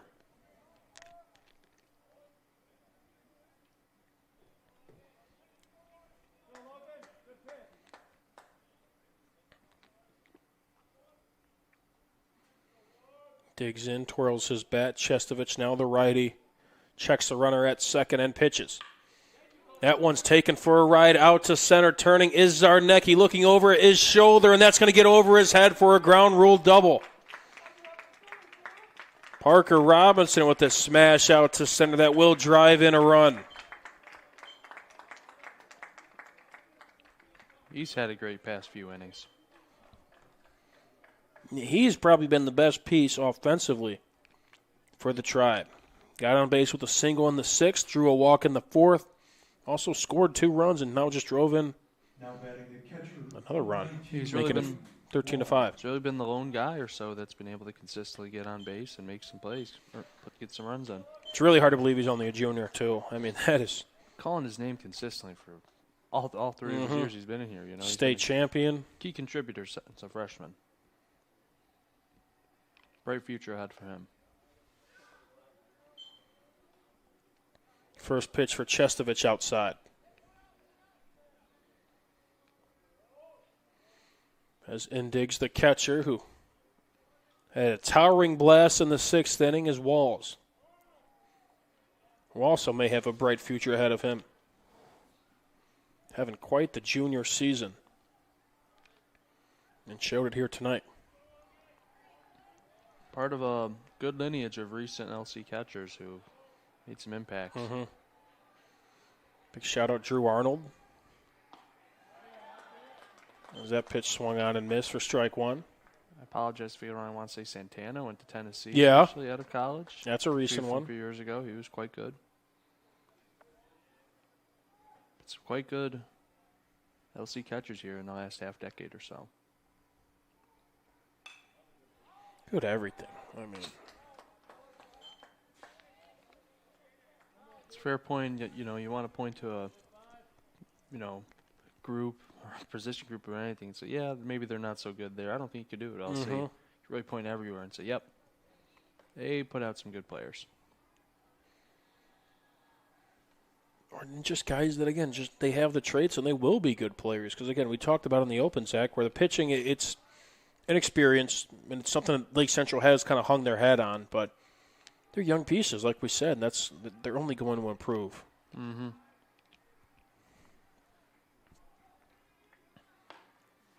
And just to make this roster, we know how many kids come out as that one ran outside for ball 2, but I mean, there's a lot of talent in this sort of area, in the school corporation. You go to the LC cut list, they could probably make a sectional somewhere, right. That one fouled out down the left field line. Fighting is Walls.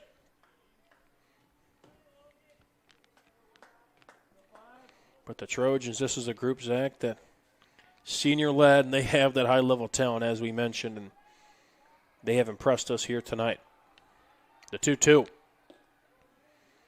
That one inside looked like he almost offered at it and was Walls, but he'll take ball 3. Yes, that is the story of this night. Is Lake Central deserves all the credit they deserve, but Chesterton on this night, man, they have been incredible, and they've had an incredible start to their season as well. A much older team than Lake Central in terms of just, again, looking at that senior-led talent. That one chopped down the first base line, foul. They're a dangerous team, man, especially as we get deeper into this conference play. I mean, they're going to be moving to 7-0 now, correct? 7-0 in the conference. Following this game, 12-3 on the year. I mean, big statement win here at Lake Central. Of course, we'll see how tomorrow goes, but this is a big win for them. Really good showing. The payoff pitch. That hit him.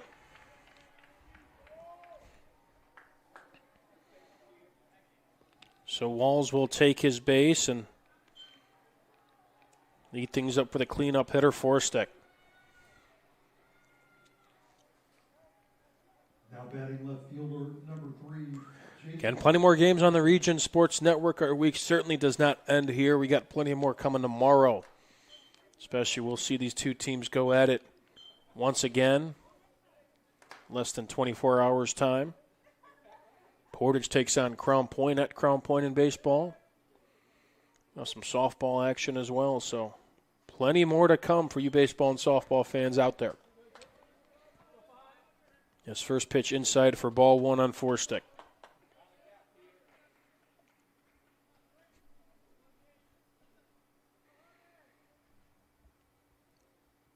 Here comes the 1-0. That one taken, driven out to right, but camping under it is the right fielder for the second out.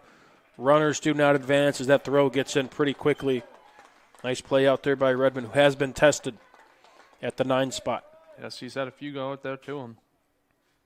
A couple gone his way, a couple haven't, but yeah, he has been tested. Now Lake Central down to 1 out. The Trojans looking to punch their way to a 12-3 record. And again, like you said, Zach, 7-0 in the Duneland, setting them up atop with Crown Point, who got a nail-biting victory at Portage today. First pitch runs outside. At least let me see if that game, it did go final 3-2. Toad, man, like you said, you got a good pitcher. Get your ace out there for a day. You can compete, and that's what Portage did today. Yeah, Portage had 2 runs and only had 1 hit. As that one gets away in the turf, runners will advance on the wild pitch. Moving up to second and third is Robinson and Walls. Yeah, 3-2 was the score. Crown Point scored first, and Portage had 2 in the 5th. You don't see that often, plating 2 runs on just 1 hit. Finding a way. No, I'm just trying to find out how they did that. As there'll be a meeting on the mound between some of the Chesterton brass. Crown Point now 7-0. Portage, I know they got off to a hot start. I think they lost both games against Valparaiso. And then Crown Point, obviously, today. LaPorte's 17-3 victory over Michigan City for baseball. Be a fun meeting between those two.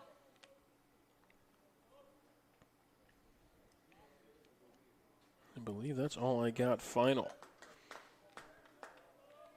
As the 2-0 pitch was outside for ball 3. Yep, it was high.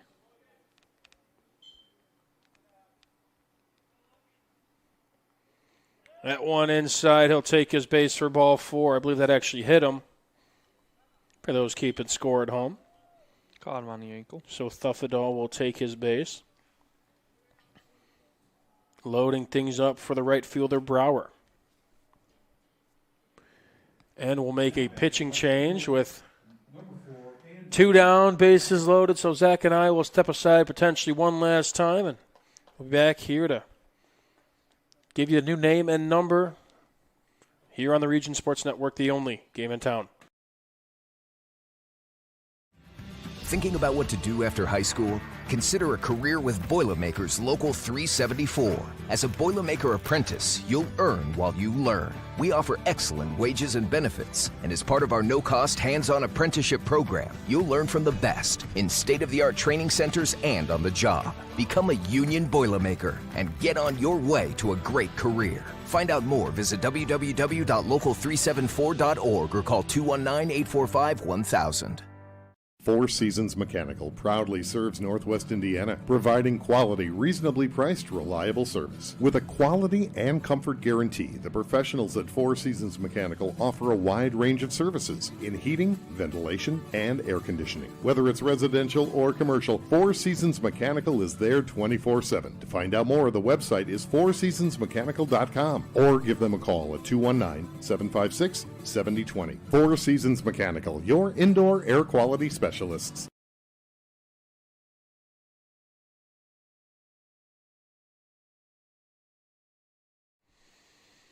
if he hasn't done enough, Zach Miller, he has a chance to close this game, and that is number 23 of Chesterton, Rob Zarnicki, who is a new starting pitcher for the Trojans. Came in from center field and now inherits a bases-loaded jam with 2 outs, still with an 8-run cushion.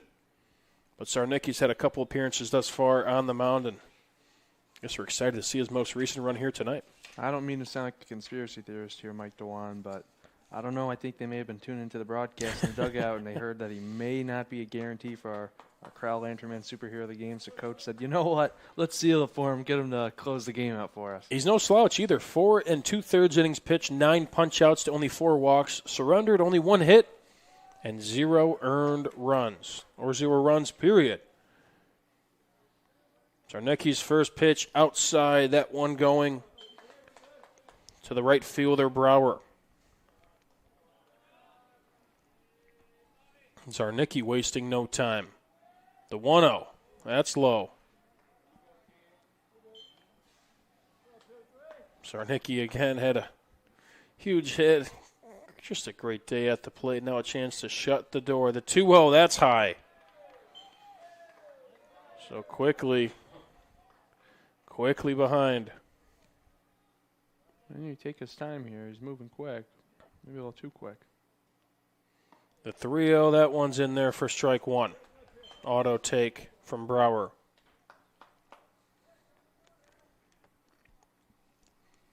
Now the 3-1. Hot shot down the first base line, foul.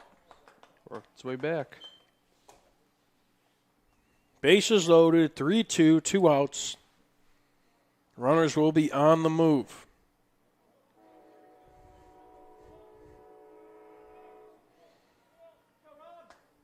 Train in the background. Thought we were in waiting earlier. Here comes the payoff pitch from Zarnicki. Runners in motion. Swung on and missed. Strike 3, and the Chesterton Trojans are a perfect 7-0 in the DAC. 13-5 is your final score, and how fitting is it that Rob Zarnicki gets the final Lake Central batter swinging and missing? Zach, final thoughts. This is a great complete performance by Chesterton here today. I mean, great performance by the pitching staff, especially by number 9 Troy Barrett. I mean, a great performance there. And then on the offensive side, I mean, a complete effort from everybody. I mean, you got led by the top from Barrett and, of course, Zarnicki, but you really had all up and down the lineup. You had some people getting hits, earning walks, forcing errors, running it in. I mean, it was a total team effort here from Chesterton and a great performance. It's time for our 3 awards to hand out. It's for our Crowd Company's Lantern Man Superhero of the Game. Offices are open from 9 to 7 Monday through Friday and Saturdays till 2 in Highland, Maryville, and Michigan City. They are the insurance professionals. I don't think we could pick one. I think we have to go here with the Chesterton Trojans. We'll start with Rob Zarnicki, the starting center fielder.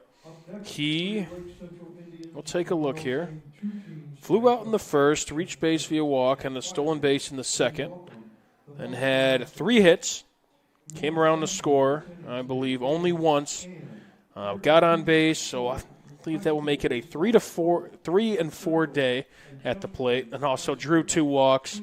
And if that wasn't enough, got the final out of the ball game. Zach, first off on him, watching him play, that's a joy for us here on the Region Sports Network. I mean, just total tool. Like a 5-tool player, man. He, gets on the base path, hits it far, hits it well, gets on base. I mean, plays good defense there in center. I mean, as you saw, even finished the game out there, got the final out there pitching. I mean, complete player and really, really a blessing to be able to watch him. But a pitcher that also is able to, I mean, we could definitely credit and deserves kind of the co-award here is Troy Barrett of Chesterton, the starter. Went 5 innings, punched out 11, and got his 6th victory of the season. Zach just fooled these Lake Central hitters, and even when he found himself in some jams, worked his way out of it, showed a lot of poise. The senior, the future Boilermaker, impressive once again in the big Duneland affair. Tempo setter and the straw that stirred the drink here tonight for the Chesterton Trojans. I mean, he really got after it. He got rid of, I want to say, 11 strikeouts for him there? Yep. You know, among other things. I mean, he really did an incredible job there. I mean, it was, like you said, I mean, just another one to watch. He also got after it batting. You know, Yep. I mean, really contributed on both sides. And like I said, really was the person that set the tempo for the Trojans. Now time for our Boilermakers Local 374 blue-collar player of the game. I mean, there's not much more of a blue-collar position than catcher, and I thought Lake Central's starting catcher in this one, he was fantastic at the plate. That was Braden Walls, but he was also great behind the dish. It was one of those days where a couple pitches were wild, and it really kind of tested his range as a catcher, and not many pitches got by him, and of course he had a towering 2-run shot to right field and worked some great at-bats at his 3 spot in the batting order. Yes, like you said, I mean, he really did it all. You know, he did the stuff on the stat sheet, you know, getting that home run, getting on the base paths. But I'll tell you what, really I liked his composure, trying to keep his pitchers in the game. You know, whenever they were facing a little bit of adversity, he would not hesitate to get out there, talk to them, settle them down a little bit, talk to them. So I really thought he, in many different ways, in every way you want your catcher to contribute to the game, he did that. Big congratulations to him. Boilermakers Local 374. Earn while you learn with Boilermakers Local 374. And finally, the proud to be Union play of the game made possible by Ironworkers Local 395. I say we take it all the way back to the first inning. Who really got the party started for the Trojans. Again, 2-out hitting was a theme in this one, and there was no bigger 2-out hit than a bases-clearing triple by Ethan Glassman. Again, scoring 3 runs, getting Chesterton out 4-0, and at that point it was all Trojans from that one, Zach.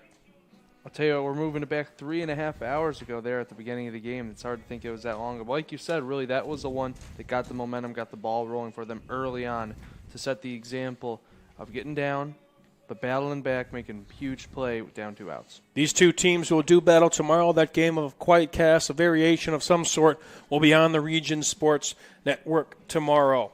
That'll do it from us here. Some thank yous to give out for our management crew. Our executive producer is Chris Ramirez. The operations manager is Rich Castillo. For our producer, the coordinating producer of the Region Sports Network, and my partner here this evening, Zach Miller. Special thanks to the coaches in both dugouts for John Bogner of Chesterton and Mike Schwartzentruber of Lake Central. The athletic directors, Jeff Hamstra of Chesterton and Chris Enyart of Lake Central. And, of course, you all the viewers or listeners, whether this is on regionsports.com, YouTube/Region Sports, and Facebook/Region Sports Nation. Without you, we are nothing. So thank you all once again. For Zach Miller, my partner, I'm Mike Dewan saying so long from Lake Central. This has been a production of the Region Sports Network, the only game in town.